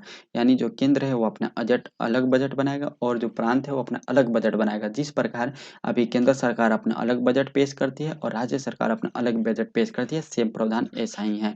ठीक है, अधिनियम लागू होने के 10 वर्षों के बाद इसके प्रभावों को जांच करने एवं इस पर रिपोर्ट प्रस्तुत करने के लिए एक आयोग गठित किया जाएगा, यह उपबंध किया गया था। ठीक है, यानी 10 वर्षों के बाद एक आयोग का गठन किया जाएगा और वह आयोग जो है वह इसमें जितने भी 1919 के जो मार्ले मिंटो सुधार इसमें जो भी प्रावधान किए गए वह अच्छी तरीके से कार्य कर रहे हैं नहीं, इसकी जांच के लिए गठित किया जाना था 10 वर्षों के बाद। तो प्रथम बार महिलाओं को मतदान करने का भी अधिकार दिया गया, किसमें? 1919 के अधिनियम के तहत। संप्रदाय का विस्तार किया गया तथा पृथक निर्वाचन मंडल का भी विस्तार कर दिया गया था। अब इसके बाद आया भारत शासन अधिनियम 1935। ये काफ़ी इंपॉर्टेंट है और इससे बहुत लगभग 70% भाग जो है वह हमारे भारतीय संविधान में शामिल है। भारत में उत्तरदायी शासन की स्थापना में सबसे महत्वपूर्ण अधिनियम भारत शासन अधिनियम 1935 है। यह अधिनियम एक लंबा एवं विस्तृत दस्तावेज है जिसमें 10 अनुसूचियां थी, 321 धाराएं थी। इस अधिनियम को भारतीय संविधान का सबसे बड़ा स्रोत माना जाता है। नेक्स्ट पॉइंट हम लोग देख लेते हैं, भारत शासन अधिनियम 1935 से संबंधित मुख्य बातें। अखिल भारतीय संघ की स्थापना का प्रावधान किया गया। इस भावी में ब्रिटिश अधीन क्षेत्रों एवं विदेशी रियासतों को शामिल होना था। ठीक है, इसमें क्या था कि एक अखिल भारतीय संघ का स्थापना करना था, जिसमें जो है वह ब्रिटिश अधीन क्षेत्र और देशी रियासतों को शामिल होना था, लेकिन ये कभी गठन हुआ ही नहीं इस संघ का, क्योंकि देशी रियासत ने इसमें भाग ही नहीं लिया। इस प्रस्तावित संघ में देशी रियासतों को शामिल होना उनकी इच्छा पर निर्भर करेगा, फलतः यह संघ उस समय अस्तित्व में नहीं आ सका। शासन के विषयों पर केंद्रीय सूची, प्रांतीय सूची और समवर्ती सूची में बांटा गया। संघ सूची में कितने? 59 विषय, प्रांतीय सूची में 54 विषय और समवर्ती सूची में 36 विषय को रखा गया था। जो वर्तमान में भी हमारे संविधान में यही व्यवस्था है, संघ सूची, प्रांतीय सूची और समवर्ती सूची की व्यवस्था अभी भी है। नेक्स्ट है, प्रांतों में द्वैध शासन की समाप्ति एवं उत्तरदायी शासन, पूर्ण स्वायत्तता शासन की स्थापना का प्रावधान किया गया था। केंद्र में द्वैध शासन प्रणाली प्रारंभ करने का प्रावधान किया गया। रक्षा निर्देश, धर्म और जनजातियों के विषयों को आरक्षित किया गया।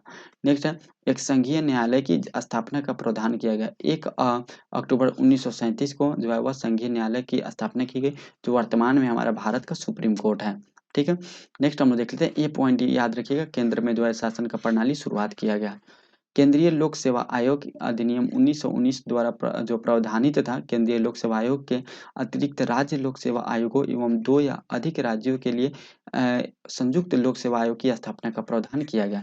पहले क्या था, जो 1919 का अधिनियम था, ली कमीशन के तहत एक जो है केंद्रीय लोक सेवा आयोग का गठन किया गया, यानी यूपीएससी का गठन किया गया। लेकिन 1935 के अधिनियम के तहत यह प्रावधान कर दिया गया कि राज्यों के लिए भी लोक सेवा आयोग का गठन किया जाएगा, और ये भी प्रावधान किया गया कि जो छोटे राज्य हैं, यानी 2 राज्यों, एक या एक से अधिक राज्यों के लिए, 2 या अधिक राज्यों के लिए एक ही लोक सेवा आयोग यानी संयुक्त लोक सेवा आयोग का गठन किया जाने का प्रावधान कर दिया गया भारत शासन अधिनियम 1935 के तहत। नेक्स्ट और इसमें पॉइंट हम लोग देख लेते हैं, थोड़ा-सा फ्रेश नहीं है लेकिन हम आप लोगों को सब चीज़ डिटेल में बताएँगे। इस अधिनियम द्वारा 11 राज्यों और 11 राज्यों में से 6 राज्यों बॉम्बे, बंगाल, बिहार, असम, मद्रास तथा एवं संयुक्त प्रांत में द्विसदनीय व्यवस्था आरंभ की गई थी। इंग्लैंड में भारत सचिव की परिषद को समाप्त करते हुए भारत सचिव को सलाहकारों की एक टीम प्रदान की गई थी। इस अधिनियम के आधार पर 1937 ईस्वी के चुनाव के आधार पर प्रांतीय सरकारों का गठन किया गया, और इस चुनाव में 11 प्रांतों में से 5 प्रांतों में कांग्रेस ने पूर्ण बहुमत से प्राप्त किया। कांग्रेस 8 राज्यों में सरकार बनाने में सफल रही थी। ठीक है, यानी जो 1935 के अधिनियम के तहत जो 1937 में चुनाव हुआ था, उसमें कांग्रेस ने कितने राज्यों में, 8 राज्यों में जो सरकार बनाने में सफल रही थी। उसके बाद आया भारत स्वतंत्रता अधिनियम 1947, और ये लास्ट अधिनियम था जो ब्रिटिश सरकार के तरफ से ये दिया गया था। ब्रिटिश भारत में ब्रिटिश शासन को समाप्ति की घोषणा किया गया इसी अधिनियम के तहत। इस एक्ट के द्वारा 14 अगस्त और 15 अगस्त 1947 को क्रमशः पाकिस्तान और भारत को 2 स्वतंत्र राष्ट्र विश्व के मानचित्र पर अस्तित्व में आया था। इनके नए संविधान का निर्माण होने तक दोनों राज्यों का प्रशासन भारत शासन अधिनियम 1935 के अनुसार चलाया जाएगा। इन दोनों राज्यों को ब्रिटिश कॉमनवेल्थ के पृथक होने का अधिकार होगा। ठीक है, यानी ब्रिटिश जो कॉमनवेल्थ है, इसमें जो है वह पृथक रूप से, यानी भारत और पाकिस्तान अलग-अलग रूप में जो है उसमें जोड़ सकते थे। ब्रिटिश कॉमनवेल्थ जो है वह संस्था मतलब संगठन है जिसके अंतर्गत वही देश आते हैं जो ब्रिटिश के अंतर्गत होते हैं, यानी ब्रिटिश गवर्नमेंट के अंतर्गत होते हैं, वही सदस्य इसमें इसके अंतर्गत आते हैं। ठीक है, और कॉमनवेल्थ गेम भी उसी देशों के बीच खेला जाता है जो ब्रिटिश के गुलाम रह चुके हैं। 15 अगस्त 1947 से देशी रियासतों पर भी ब्रिटेन की सरकार का कोई नियंत्रण नहीं रहेगा। नेक्स्ट है, देशी रियासतों को भारत या पाकिस्तान किसी में भी शामिल होने की या अपनी स्थिति को तटस्थ रखने का अधिकार होगा, और भारत सचिव एवं उसके सहयोगी का पद समाप्त कर दिया गया, और ब्रिटिश सम्राट की भारत सम्राट की उपाधि प्रदान कर दी गई थी। ब्रिटिश सम्राट की भारत सरकार की उपाधि जो था वह समाप्त कर दी गई थी। ब्रिटिश सम्राट जो है वह भारत के किसी भी लोगों पे कोई उसका नियंत्रण नहीं रह गया था, और हम लोग 15 अगस्त 1947 को इस अधिनियम के तहत आज़ाद हो चुके थे, और फिर अपना संविधान बनाए, और अब धीरे-धीरे हम लोग आगे बढ़े, और धीरे-धीरे जो है वह काफ़ी अहिंसापूर्ण देश, काफ़ी जो है वह अशांतिपूर्ण देश को एक शांतिपूर्ण देश बनाए, और एक जो भारत जो काफ़ी टुकड़ों में बिखरा हुआ था उसको एक संयुक्त और अखंड भारत बनाए, और आज जो मैप में देखते हैं यह भारत आज बन के तैयार हुआ। धीरे-धीरे नए-नए नियम, कानून, संशोधन, अधिनियम जो प्रावधान लाए गए, और आज ये संपूर्ण जो भारत आपको दिखता है, ये भारत बनकर तैयार हुआ। तो दोस्तों हम लोगों ने यहाँ पे भारत का संविधान, भारतीय संविधान का अर्थ को, मतलब भारतीय संविधान का क्या अर्थ है इसको हम लोगों ने समझ लिया। फिर भारतीय संविधान का विकास कैसे हुआ इसको हम लोगों ने काफ़ी डिटेल में देख लिया है, ठीक है? तो अब चलिए, अब हम लोग जो चैप्टर नंबर 3 है इसका, चैप्टर नंबर 3 में हम लोग देखेंगे कि भारत का संविधान सभा क्या था, कैसे संविधान का निर्माण हुआ, मंत्रिमंडल का गठन कैसे हुआ, अंतरिम सरकार बना था वो कैसे बना, ये सब डिटेल हम लोग चैप्टर नंबर 3 के इसी बुक के चैप्टर नंबर 3 में देखने वाले हैं, जो नेक्स्ट वीडियो आएगा। आप लोग इस वीडियो पे ढेर सारा अपना प्यार बनाइए, लाइक कीजिए, अपने दोस्तों के साथ शेयर कीजिए, और काफ़ी अच्छा हम लोग को अगर फीडबैक मिलेगा तो नेक्स्ट वीडियो आएँगे, और इसका पीडीएफ भी ग्रुप में शेयर करते रहेंगे। मिलते हैं नेक्स्ट वीडियो में। आप लोग एग्जाम आईक्यूब चैनल को सब्सक्राइब करके बेल आइकन को दबा दीजिए ताकि आने वाले सभी वीडियो का नोटिफिकेशन आपको मिलते रहे। तो आज की इस वीडियो में इतना ही, तब तक के लिए जय हिंद, जय भारत।